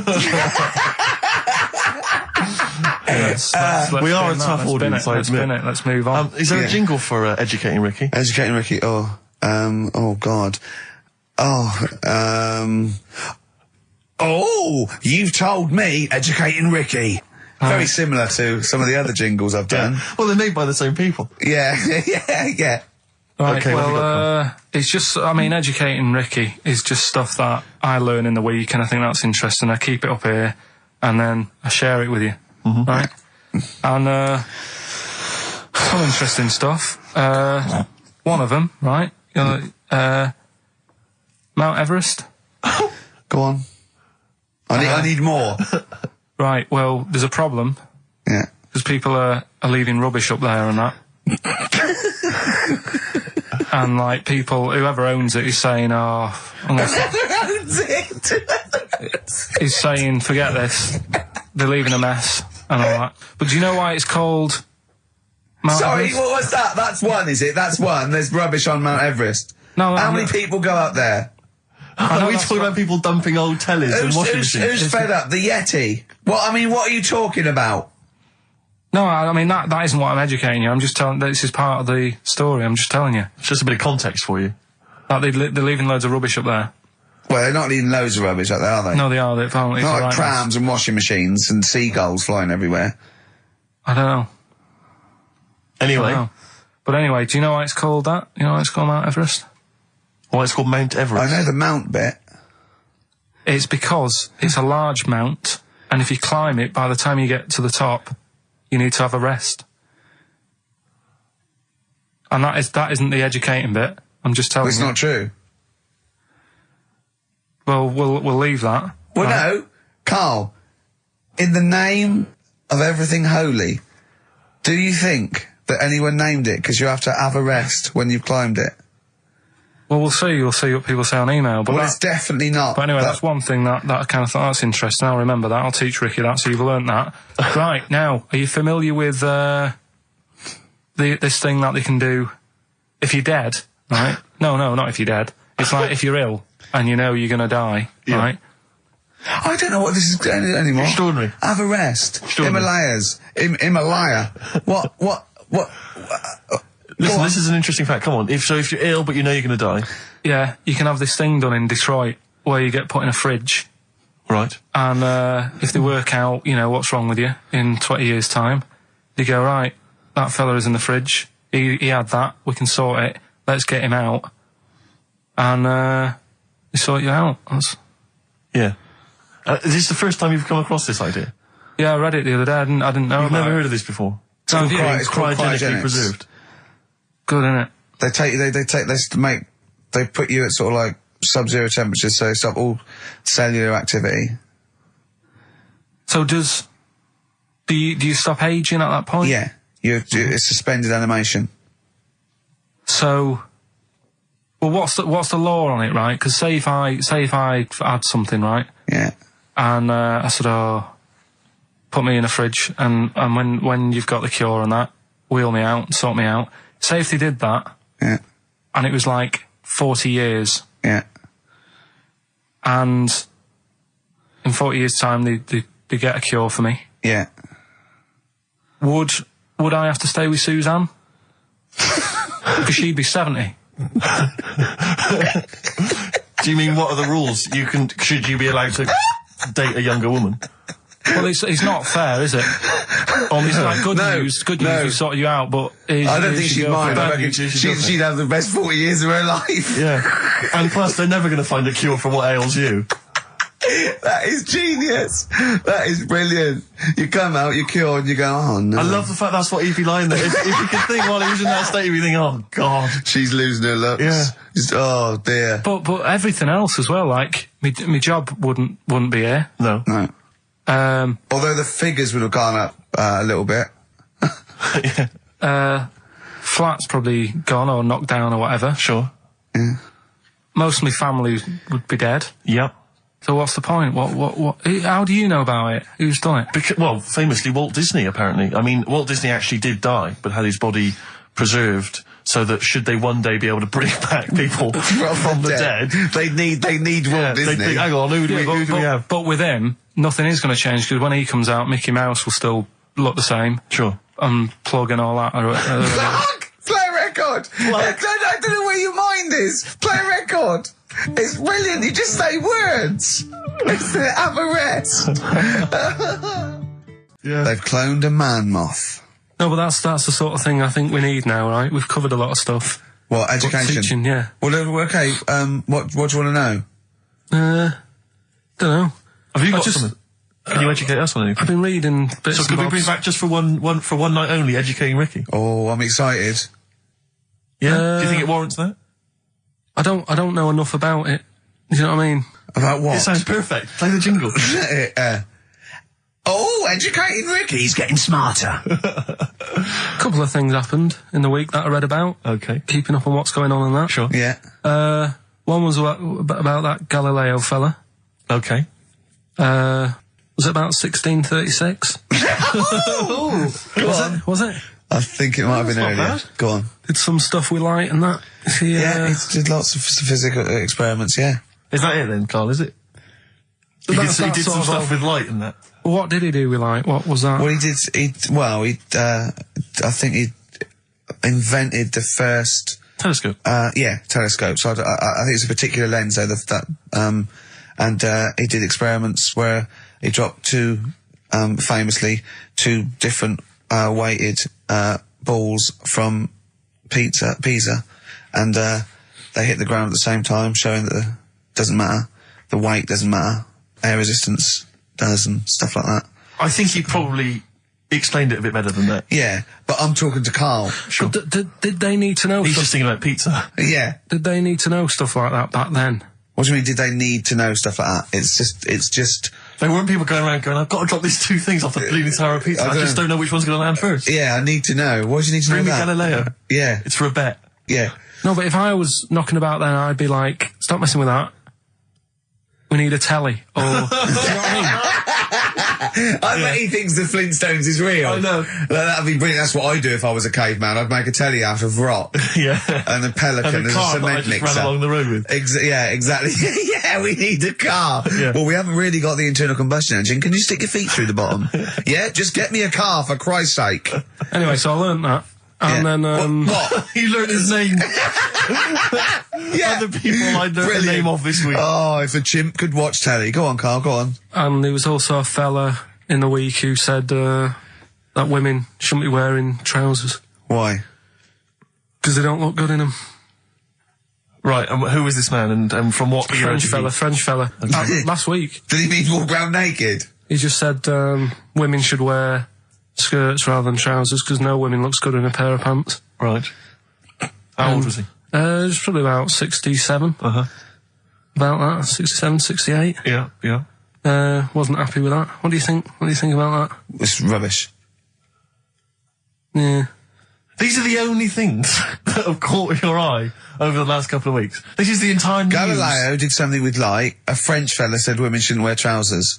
See, that to me wouldn't pass as education. It's not education. I don't know where you could ever use that. I don't know when that would ever be applicable to life. I just like reading stuff that sort of reminds me of... Do you know what I mean? If I read it and it gets me thinking, I think that's a good little piece. But, I mean, but surely can't you just sort of like sit near something that vibrates to keep your brain going? Or shake your head every now and again? I mean, what does this do? You mean it makes you start using your brain? But what aspect of a Frenchman said women shouldn't wear trousers got your mind working? What questions were you asking? Because I thought that's a bit daft, isn't it? Right? Yeah. Okay, it ends there with me. There's nothing else. There's nowhere else for me to go on that. He closes Your mind's the still whirring. Yeah, go on. What did you think? Let's go through this. Oh, I wish we could download his thoughts. I know. Just watch it. Yeah. Wouldn't it be great, like a DVD? Like a cartoon. Imagine that extra footage on the Office DVD. Yeah, Carl's brain. That would be with amazing. Oh, with a commentary. Go on. Women wearing trousers and that, right? On the estate that I grew up in. Yeah. On, right? There was a woman about 4 houses down. Right? Rough. She's the one She was, or the estate? She was, right? Yeah. She's the one whose kid took a horse into her house. Yes. Right. Now, we won't go over that again. No. If you're a new listener, I think we're covered. I think they get That's the all you idea need to know. Right? Yeah. Now, she used to wear leggings. Yeah. No, they're a bad idea. They are a terrible idea. I agree with you there, Carl. If you're a lady of What the colour? normo Were persuasion... they pink? No, they were sort of black, but with all bits on them. Oh, right. You know what I mean? What, toast and Just horse bits. droppings? Yeah, go on, yeah. And she used to, she's quite a big woman. Sure. Pauline Quirk, I think Yeah, we described her as. Look like a light bulb, which It is is those kind of women that are leggings. attracted to leggings. Yeah, I know, yeah. They are drawn to them like a moth. That shoots on a flame. Yeah. She used to wear them, and that's what I remember when I read this piece. She used to work on one of those sex line things. Right. Right, she used to do that. But What, was she an engineer? the weird thing with her was, she had big eyelids Right. Go on. that were too big, and this is what I was thinking. What right? do you mean she had big eyelids? How big do eyelids have to be for you to go, they're big eyelids? What was she shoplifting with them? Would she come out of Dixon's with, like, radio stored in them? What do you mean she had No, big eyelids? it was another one of them popular things around our way. Do you know, like, What do you mean popular things? They didn't people go, have they go, oh, I'll tell you what, they're all the rage. Can I get some big eyelids, please? No. It was just like one of them things that people suffered with. Just big eyelids. They could hardly open their eyes. What do you mean? What do you mean? That's one of them popular things around where I grew up. People had big eyelids. They could hardly open their eyes. What does that mean? What sort of freak town were you born in? You had webbed feet people with big heads. You got women with big eyelids. What does big eyelids mean? Are you confusing her with the horse? Yeah. Did she have hooves? Look, what? Just too much skin. It was like the neck of a chicken, but on the eyes. What's your point? Anyway, so there's this big eyelided woman with the And leggings. that's what I'm saying to you, though. That's when I read that story with people with trousers. Yeah. I went from that. Yeah. To into a that. woman who used to have big eyelids. I still at the point. But then, and also the other bloke who had the eyelid problem was a mate of mine. Yeah. His dad had it, and same problem, massive eyelids. I don't know what that means. I don't know what that means. I used to say to my mum, I'm going round to Dave's house. Yeah. And Or to say, Droopy, well, as you call it. that's all right, but make sure his dad doesn't take you out in the car, because he could hardly see. He had to have his head. He gets to tilt his head back to keep his eyes Make open. sure! Did he have a couple of matches with him at all times? What a load of gobbledygook. I know. But this began as educating Ricky. I know, So it's what, like he was people thinking, with eyelids. But it's like you're supposed to make that leap as well. Yeah. If I mentioned the trousers, Ricky will probably be thinking about people with big eyelids and women wearing leggings. Play a record, Carl. Got nonsense. Adverts. No. Oh, all right. Before we move on, was the Sharks article interesting? Did you learn anything? It's pretty good. Was it? Go on, Yeah, what I'll was teach it? you something about that later. Oh, okay. Is this educating Ricky? It wasn't, but I can teach you a bit. Yeah. All right. That's good. Play some ads and that. Play some ads on a tune, and then have we got maybe a competition? Yeah. What have we got? We're all looking forward to that. All right. Fortune Faded. Red Hot Chili Peppers on XFM 104.9. I'm Ricky Gervais, with me Steve Merchant and Karl Pilkington. Back for 2 hours a day, then a Monday off. Conning the management, baby, and sending this station spiraling down into the depths for his greed and selfishness. Yes. Okay. Tell you what I read about. on the Sharks, way. monkeys, or jellyfish? It's 10 past, isn't it? We haven't done a little bit of knob news. No, we haven't done no news, no. But It's been 3 months. It's been 3 months coming. There's this thing. I don't know the full story. I don't know how it happened, right? But little Russian fella. Yeah. he was sort of having sort of emptying his bladder, right, and somehow electrocuted himself, right, and sort of did a bit of damage. How did he slashed onto some live wires or something like that? So did anyway, damage to himself or to an electric fire or something? No, to himself. To himself. Yeah, and so the doctor didn't slip and took curling tongs went up his arse when he was pissed, because that's happened a lot. Yeah, we've all been there. We've all shoved the old curling tongs up the arse when having a piss. Right. So I can't even be bothered. No, go on, we're interested. We're interested. Come on, we're interested. Don't You can't be bothered. You get Mondays off. Do some work. All right. So anyway, so the doctor says, "Oh, it's not looking good. We'll have to take that off." What? And he's like, Novectomy. Yeah. Really? But the funny thing is, right? Nothing funny about that. They've done. You're doing me head in. Just tell the story. Just doing me head in. Oh, you can chill out on Monday. I've only got 15 minutes, but I'm going to talk to you every Saturday. I'm going to get the money's worth out of this, because you get Mondays off, and I can't bear the fact someone getting away with something like that, because it's terrible. So you're going to stick this out, or you're going to have to work Mondays. So take it on the chin, right? Okay. Just finish the story. Yes. I command you. Just do it. Anyway, so they said, he said, will you be able to sort me a little knob out? A prosthetic cock. Yeah. But they put him out for the operation. Yeah. He woke up. Yeah. Right, and he's thinking, oh, thank God that's over and done with. Yeah. They've only grown it on his arm. What are you talking about? You twat. Shut the you're an idiot. What do you mean they've grown it on his arm? Apparently, like, that's the way they do it. Oh, yeah, but to then put it on, that wasn't a mistake. It wasn't doctor going, did it go there? Some bloke I didn't do a degree. Are you a real doctor? Yeah, yeah. No, but why put it there? Because it's got to grow, it's got a graft there, so they can control it. To skin tissue. But on your arm. Well, but they're going to remove it from the arm itself. What do you mean on the back? On your back? Somewhere, well, we can't wear a t-shirt. Yeah, but you could have a He's in hospital. But this way you can still have a little tug, can't he? But they'll leave it there for quite a bit. It's not... Do you know what I mean? It's not going to be like, oh, it's just there for a few days. Yeah. It's there for a bit. That's not good, is it? So he's got a cock on his arm? Yeah, what's up with that? What do you mean, what's up with that? Well, I mean, we could say it's a thumb or something, couldn't he? Yeah. But they remove it. Be good for hitching. If you had a knob instead of a thumb and you went hitchhiking, just tickle it, and they can see it like a mile down the road, couldn't they? Boasting. Yeah. If I'd lost my knob, I'd go, oh, I'm not going to have all that stuff. Just whack a pair of tits on me. Do you know what I mean? I think, just forget it. But why not just put it where it should be straight away instead of messing about? Where should it be straight away? You know. On the forehead. Listen, are we doing a competition? Let's play a tune. Come on, Carl, you can't be bothered. Right, okay, we're going to scrap this and you're going to work Mondays again. Modest Chambers, Kings of Leon on XFM 104.9. I'm Ricky Gervais, with me Steve Merchant and Karl Pilkington. Steve, I want to talk to you.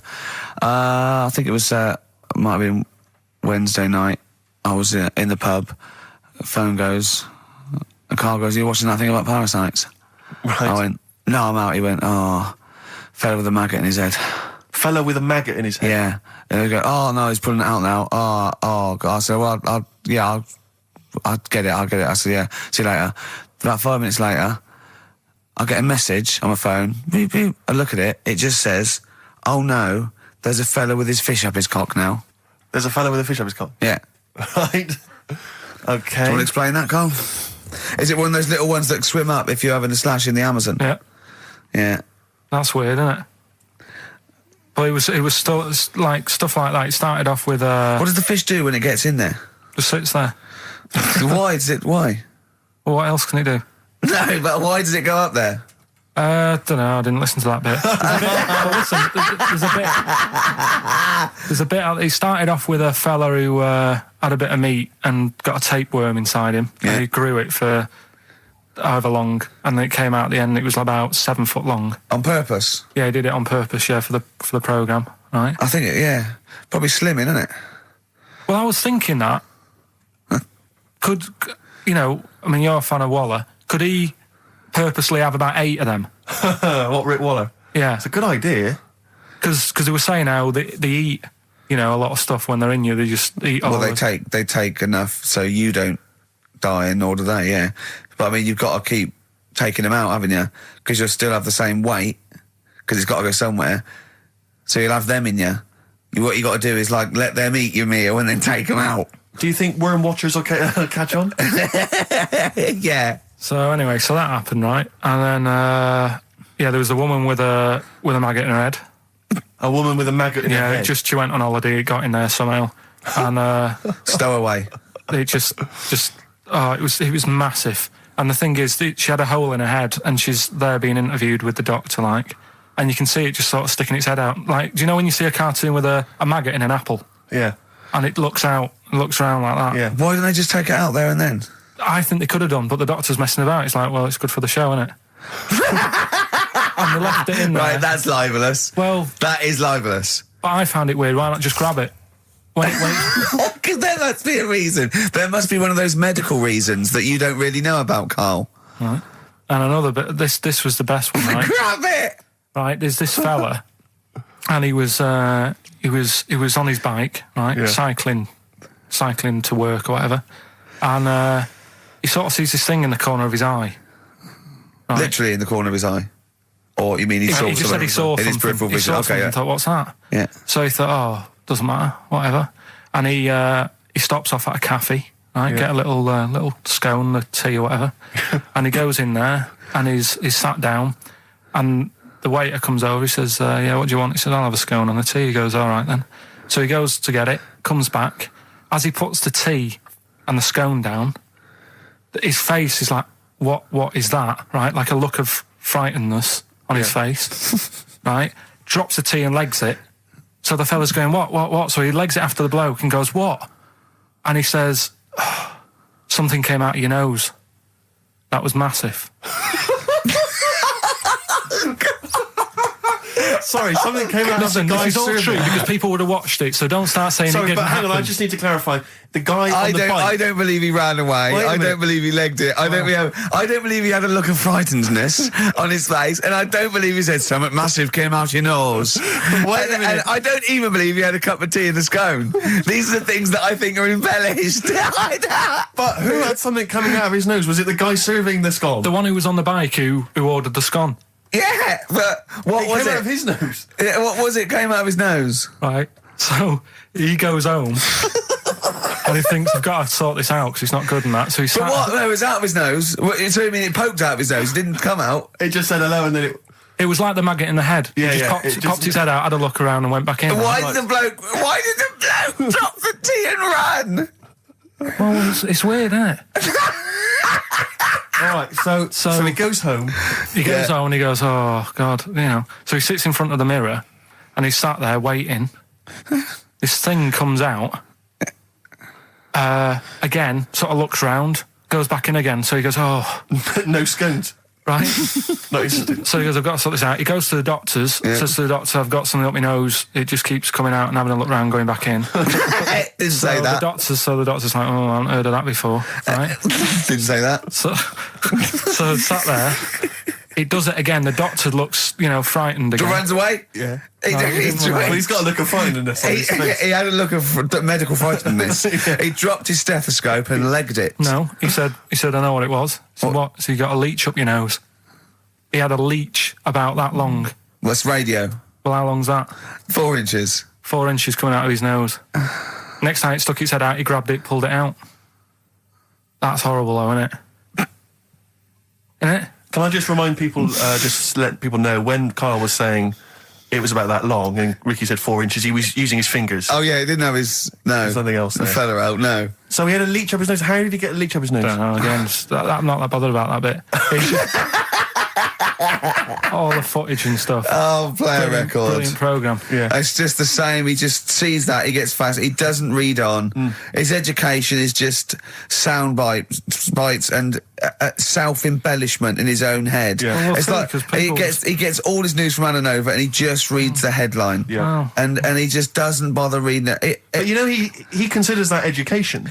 He gets annoyed if you think that more information is useful. So you don't get going on that, because we'll talk about that later. If you're going to start having a go. Right, okay, we're going to play a song now, and I'm going to tell London Carl's confusion over evolution. Right. Are you two? Oh, brilliant. Sweet. Good. Wonderful XFM 104.9. Yeah. You two, the sweetest thing on XFM. Ricky Gervais, Steve Merchant, Karl Pilkington. So, we're with Karl in the week. So, what can we do this week? I was saying, well, don't do Rockbusters. That's dead in the water. I hope the listening public agree with me. He's going, well, you know, why don't I teach you stuff again? Remember what I taught you last week? I went, no, no idea. Were you joking? I went, no. And it was, he went, Ivan the Terrible gouged out a fella's eyes. Yeah. He actually said Ivan the Terrible at the time. Yeah. So I can't remember. This was a man who had built something for Ivan the Terrible, and then but his idea of education is telling someone something that knows more about the subject than him, so they can correct him when he's telling them it. And so I said, well, I don't know. And he gets annoyed that me and you are dubious against monkeys who perform bank robberies. And he goes, but you believe in Newton. He doesn't know the difference. I was trying to explain the laws of the universe, right? It was going, what do you do? And so all I come up with, I thought somewhat interesting. You know, when you tell a child maths, you say you've got 3 potatoes and you've got 4 potatoes. I have to do that with science to Karl. So I ended up saying, imagine you're in a shopping trolley with loads of house bricks. If you throw the house bricks out, you'll go the other way. He loved that. Right. Didn't you? Because I didn't know that would happen. And it's sort of useful to know. It sort of explained a bit to me and stuff. Yeah. Right? And that's why I like doing stuff every week. I think listeners go away going, well, I didn't know that. Do you know what I mean? Karl told me something there. They forget it instantly, just like we do. We're friends of yours and we forget it instantly. No, the annoying thing with you is, Steve, not so much Ricky, at least he'll listen now and again, he'll just dismiss stuff straight away.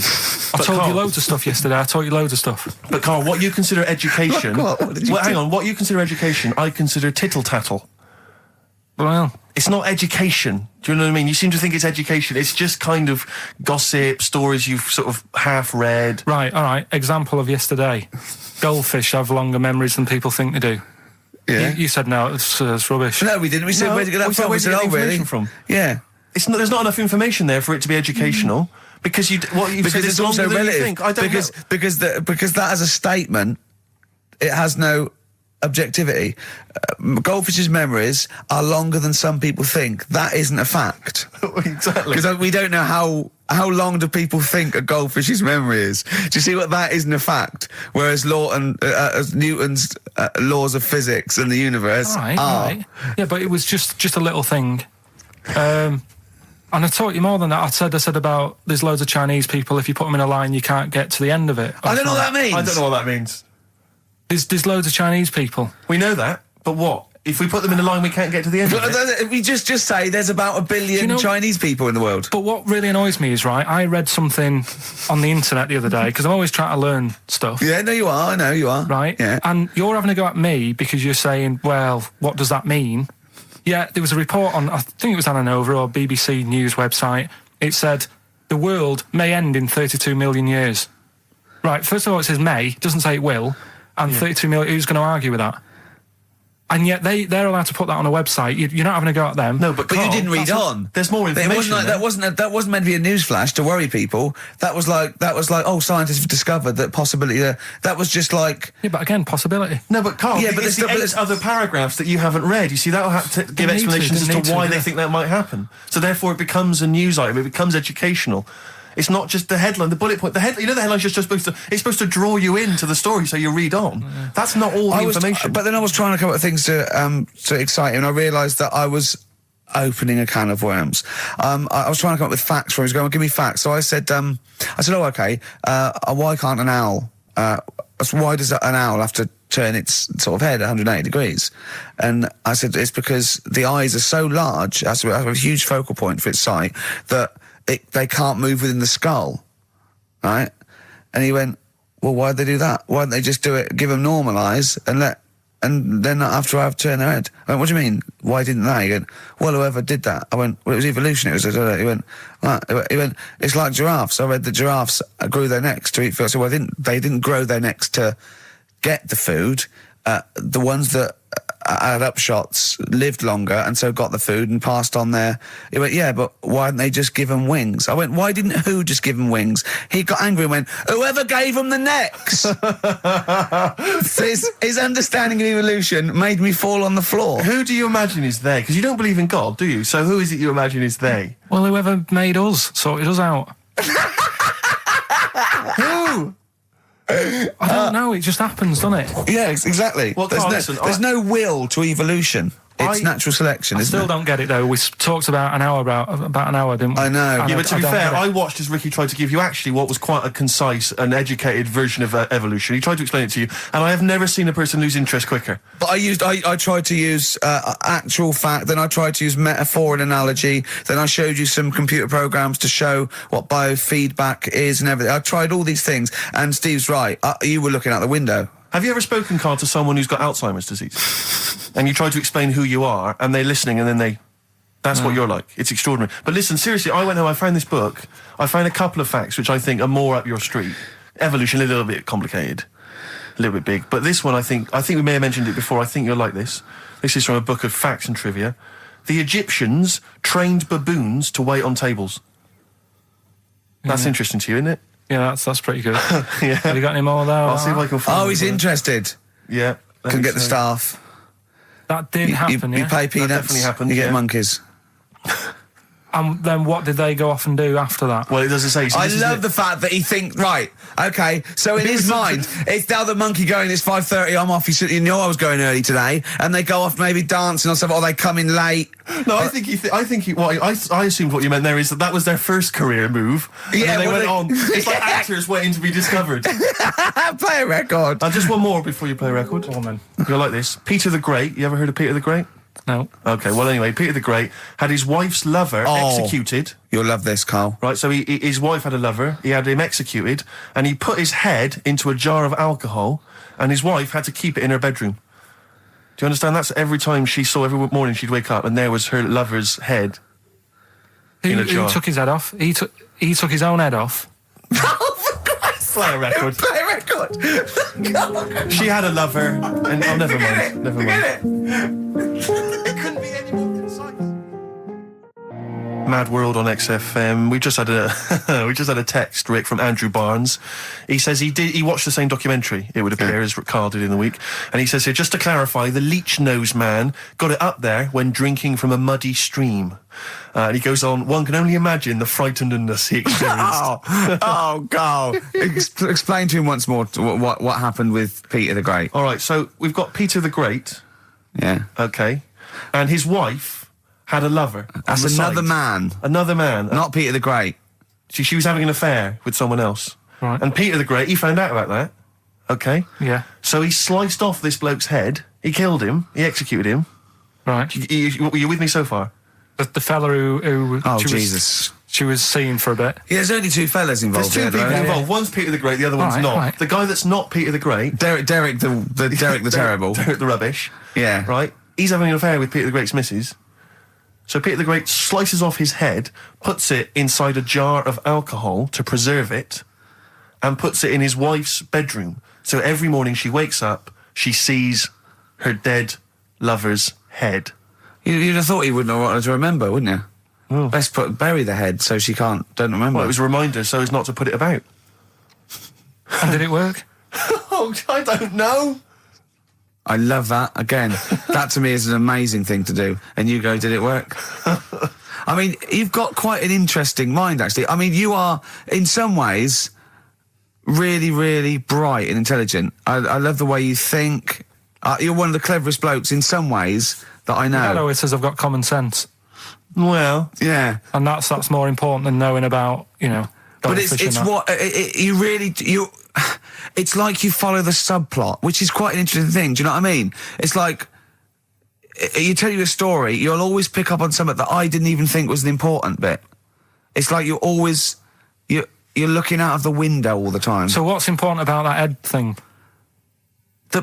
What do you mean? The head in a jar. It's a grotesque thing to do. It shows ego, power, cruelty, and revenge.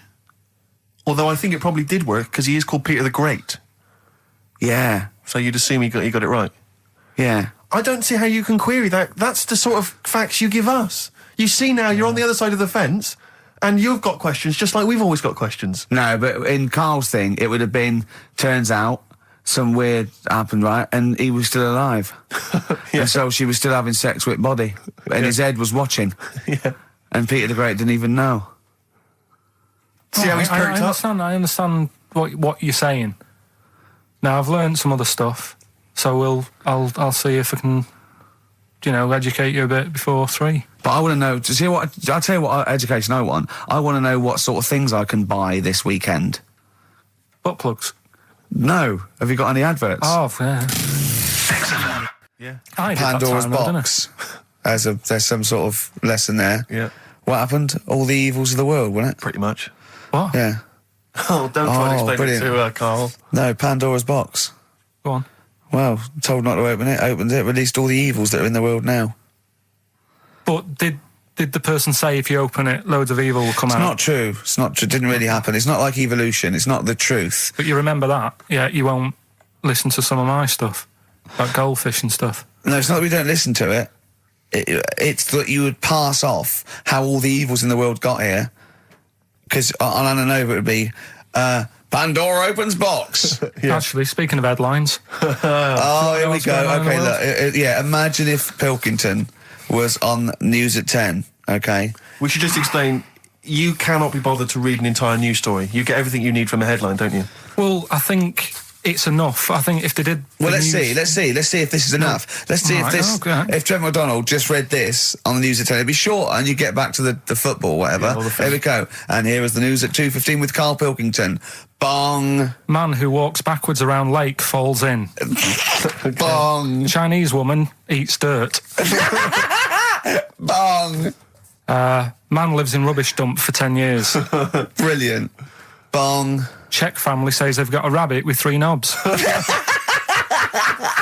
Right. Done. Sorry, can you just read a little bit more of the Czech family with 3 knobs? Just about a family. Not read it to yourself. Read it out on air. It's just about... Well, he can't read it to himself. I tell him to read it to himself. We still hear it. No, he was, because I could see his lips moving. Go on. Just this fella who had 3 rabbits. Right, just think of this is Trevor McDonald. Yeah. Okay, carry on, Carl. Okay, well, here's the news. Right, good, brilliant. Go on. There's a fella, he's got 3 rabbits and that, and then he checks them out, right? Yeah. 2 of the rabbits have got 2 knobs each. Right. And he goes, that's a bit weird, isn't it? Sure. And they're throwing them around, sort of chucking, showing them around the family and stuff, saying, look at that, that's weird. Picks up the 3rd one, it's got 3. Yeah. So they ate the 2 with 2, because they thought they best keep the 3rd one, because a little bit lucky in that. Yeah.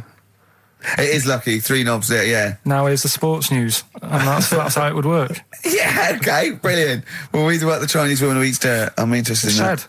That's it. That is the story, isn't it? What more do you need to know? It's well, I want to know a little bit more. Can you just embellish it? 78-year-old Chinese woman. She says she's 78. Makes you wonder. Yeah. With my theory. Carl's theory is that Chinese people don't age well. And so those Chinese people that are saying they're 112 are really only 33. That's why he doesn't want to be recognised, because he doesn't want to walk out from here into Chinatown. Yeah. It just says she's been eating soil for 70 years. She's ate about 10 tons of the stuff. And it's done her no harm. Kept her grounded. It's probably all right for you, isn't it? Because it passes through, doesn't it? Yeah. Well, they say, don't they, if you're having a kid, let it play in soil and that, because... well, that's to get it immune, yeah, to get it, yeah. But lots of, things with sort of birds and reptiles sometimes swallow soil and stones, because it grinds up stuff, breaks down cellulose for them. Doesn't do any harm. All right, then. One more fact from this book for you, Carl. Apparently, officially, the Second World War is not over. It's not actually over because there's never been an official treaty signed between Germany and Russia. So it's still going on. Interesting or not?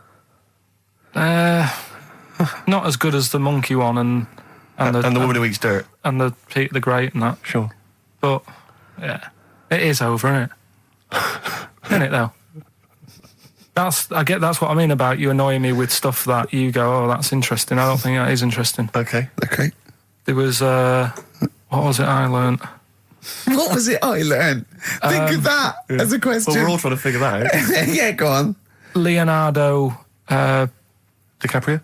The painter. Da Vinci. He could write with one hand, draw with the other at the same time. Right. Yeah, that's good. It's all right. That's interesting, isn't it? Yeah, it's all right. Well, if you have an interesting fact for Karl Pilkington that you think he might be intrigued by, email ricky.gervais@xfm.co.uk. What have we got coming up? What have we got coming up? More education stuff.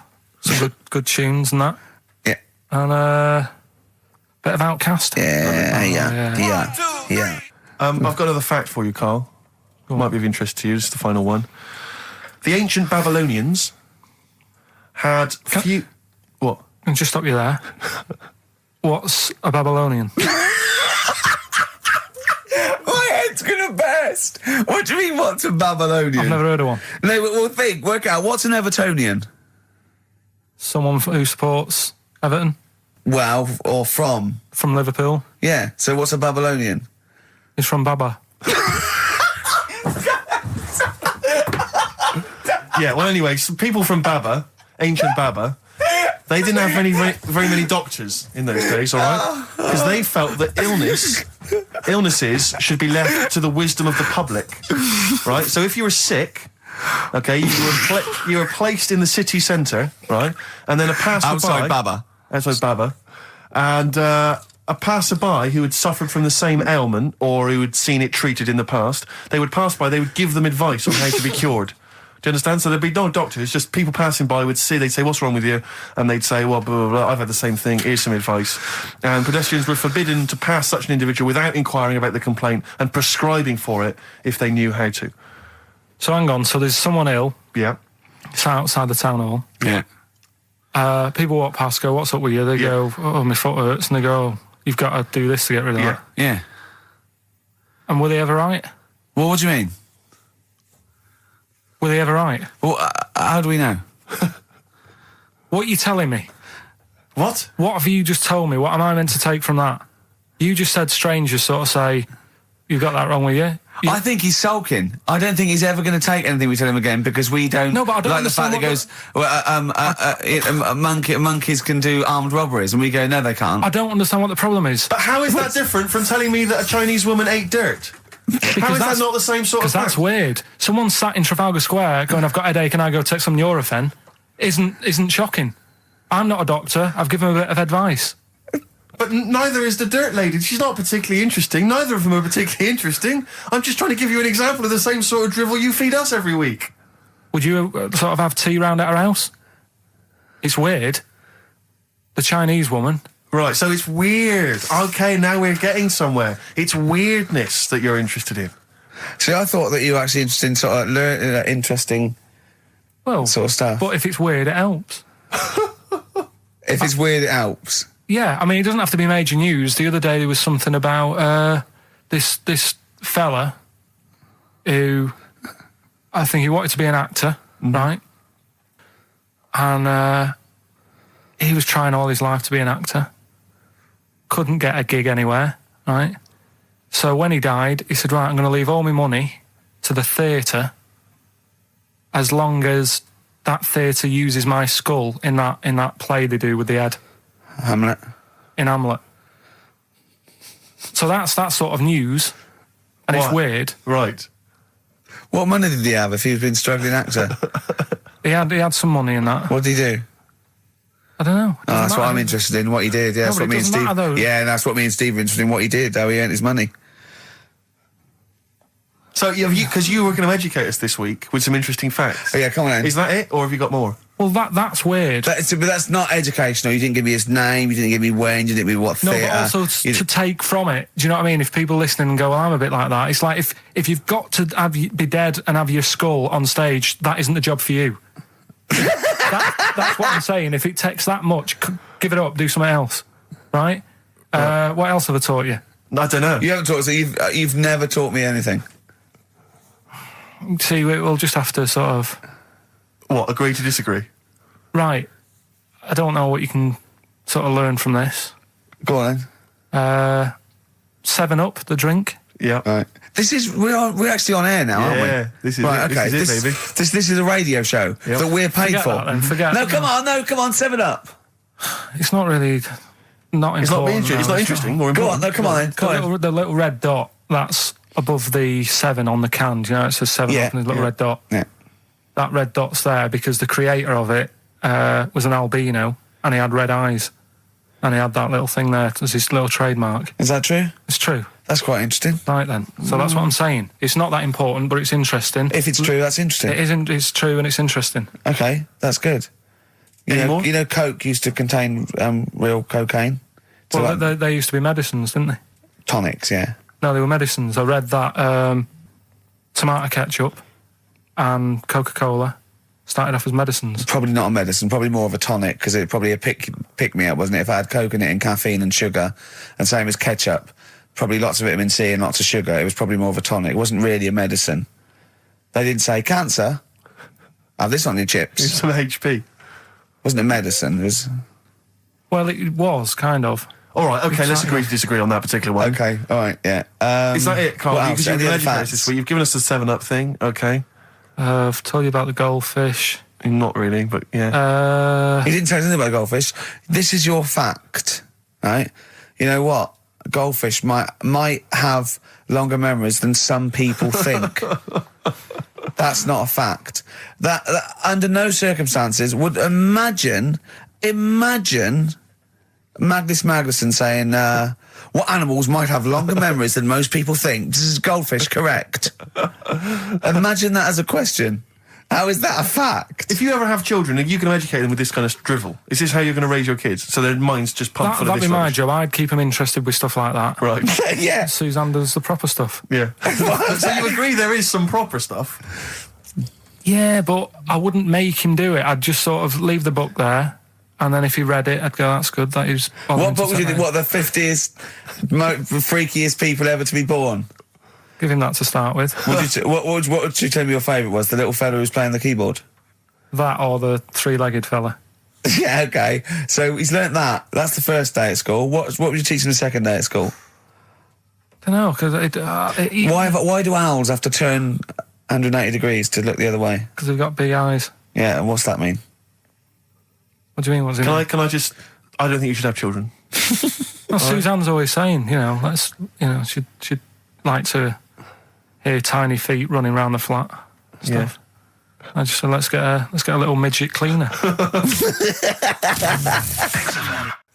I just give you a little fact here? Someone's emailed in for you, Carl. They've sent an interesting fact for you. I think you're going to be interested in this. Don't read it on the email. Let me read it for you. I think you'll be excited. An interesting fact from Carl. That's from Toby.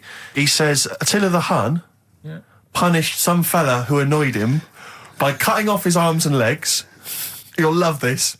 And stitching his arms back where his legs should be. And vice versa. Look at his face. Look at the little smile that's just cracked on his lips. That is the kind of fact you've been waiting for all day, isn't it? So go on, again, so... Attila the Hun, right? Some guy didn't like. He cut off his arms and his legs, and he stitched his legs on where his arms should be, and his arms where his legs should be. Look at him looking at his body, trying to picture it. Yeah. I'll let it sink in for a little while, then I'll ruin it for him. Carl, what are you thinking? I'm just picturing it. Right, he would have died. It would have been tokenistic. There's no way that person could have lived through it. So it was just for Attila the Hun's fun. He probably put him on a stick outside his gate or something. There's no way in those days that he could have gone through complete limb amputation and... So would he have wore a jumper for pants? Placebo, Special Needs on XFM 104.9. Email in where Lanzarote is. I don't know if it's Italy or Spain or Europe or maybe Africa. You know, these are the sort of things, these are the reasons I come into it, to at least learn something, innit, Carl?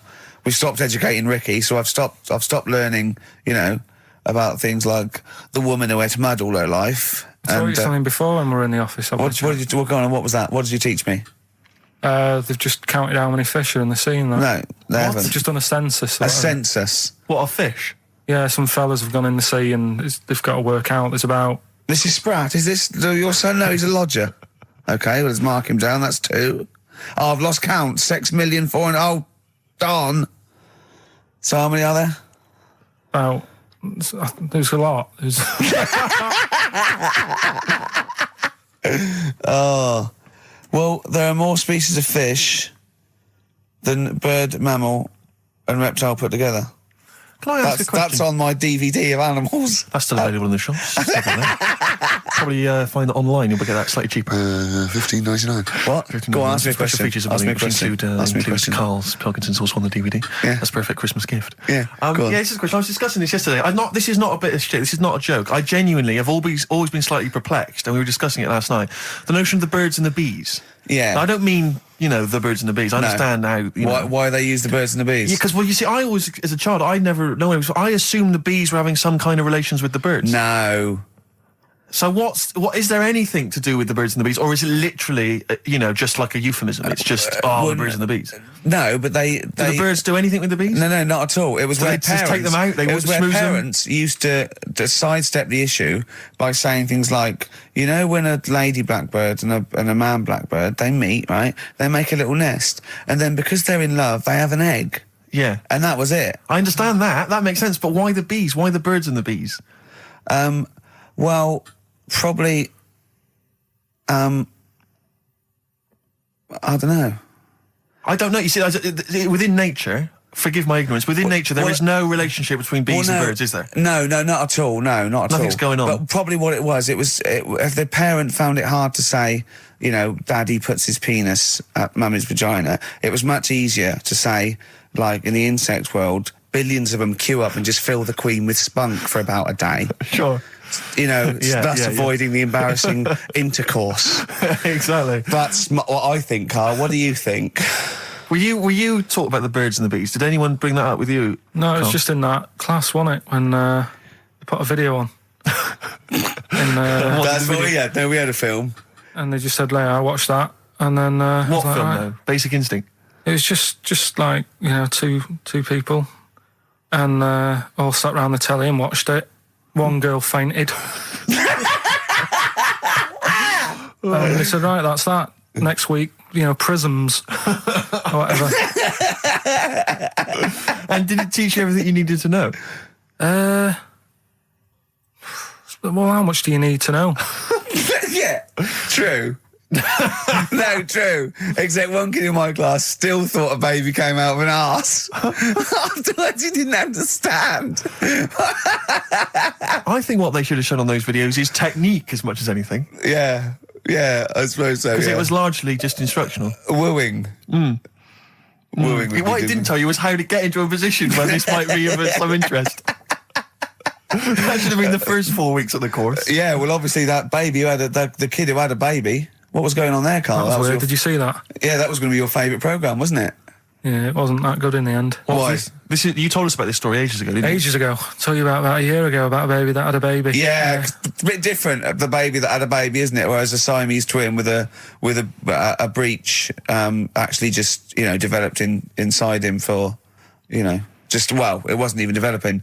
It was a twin stillborn that just was inside, enveloped in the other one's body. So it's a little bit different to a baby, what had a baby, isn't it? Yeah. Actually disappointed he was. Do you know what he said to me? He went, well, I thought it was going to come out. And go, oh, bloody hell, I'm 7. What a waste of my life. Like he'd been in there going, oh, hello? Hello? I'm 7. Idiot. Yeah, a bit disappointing. But there was a programme on after that, right? At 10 o'clock on Discovery, and I haven't got Discovery. Oh, right. It was about... Good? Well, I didn't see it. This is it. Okay. I was going to say to people, if they've got a copy of it on tape, if they can send it in. What was it? About a baby with 4 legs. Right. That was on... At 10 on... It wasn't a puppy? No. Just,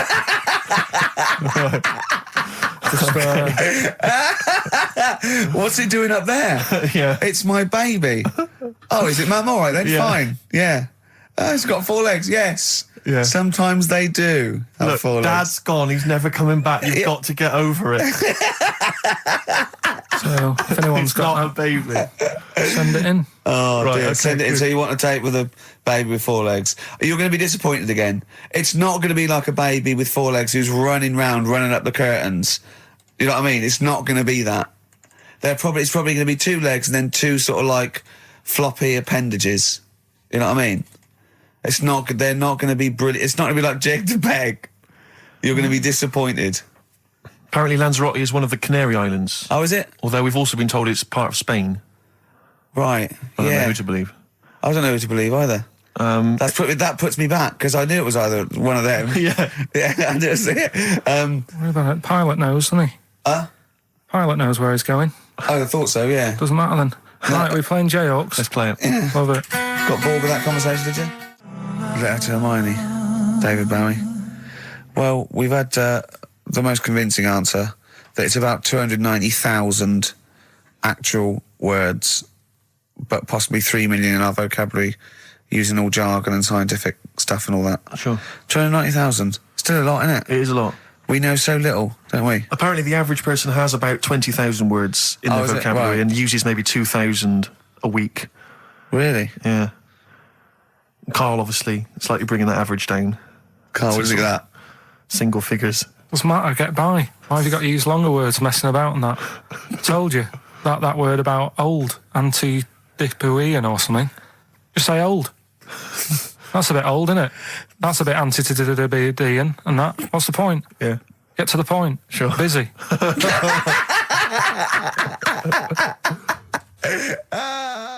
And things that, I mean, there's certain things that people get excited about that I think, well, what are you getting excited for? Like what? News, just news. Do you know I normally do the headlines and that? Yeah. Have we got any headlines? Not really, because there isn't that much going on. Isn't there? This is what annoyed me, though. There was something about a woman who's going up Everest on a bike. Do you know what I mean? And they were like, oh, brilliant. But I don't think that's that good. When someone's done it walking... Karl, you're going to do some news stories, I think. Well, like I said, there hasn't been that much going on. There's a story about a fella who hasn't eaten for 70 years. Right. He hasn't eaten. Is that all that's all the information you're going to give us? Yeah, hasn't eaten for 70 years. Hasn't had a drink, but he's all right. That's rubbish then. Next. It's not rubbish. Yeah, it is, yeah. Next. Well, what is it? How is that? How is a man not eaten or drunk for 70 years? It's that thing, isn't it? Your belly gets used to it or something. Steve, has he misinterpreted it or is it rubbish? Well, it does, to be honest with you, it doesn't actually offer any explanation. It just says that that's what happened. Right, so that's rubbish. It doesn't go on to anything else. A woman's had 6 organs transplanted. Woman needed a new kidney, a new heart, a new stomach, a new liver, new kidney, intestine. Does that mean that she's the same woman? I know. You'd just say forget it, wouldn't you? Yeah. Wouldn't you, though? Well, not really. You know, the organ is just a lump of tissue. If you're that knackered, call it a day. Don't waste time with that. Yeah, and good advice. There's a woman who hasn't slept for 8 years as well. Well, that's impossible. Again, you want to see that, Steve? Yeah. So that's the news for the week. Yeah, all rubbish. Turn Next. Do you want to apologise once more for anyone you might have offended over the year? Yeah, like I say, I never want to upset anyone. We're just chatting about stuff. It's just chatting. It's from the heart. You see something, you say, "Oh, it looks a bit like so and so," or "Isn't it a bit?" You're not really, you don't really try and hurt anyone's feelings, do you? But I think most people know that. And I've got to apologise for laughing at anything you say. I actually can't help it. Again, it's not vindictive, but when Karl comes out with some of the things he says, it's impossible for me not to laugh or react. So have a Merry Christmas, everyone. Well, before that, Rick, is there some final for the year monkey news? Tell you what, let's play a good song. Okay. Right, we'll have a bit of monkey news, and then that's it. A bit of Amy Mann, then. Perfect. Brilliant, this one.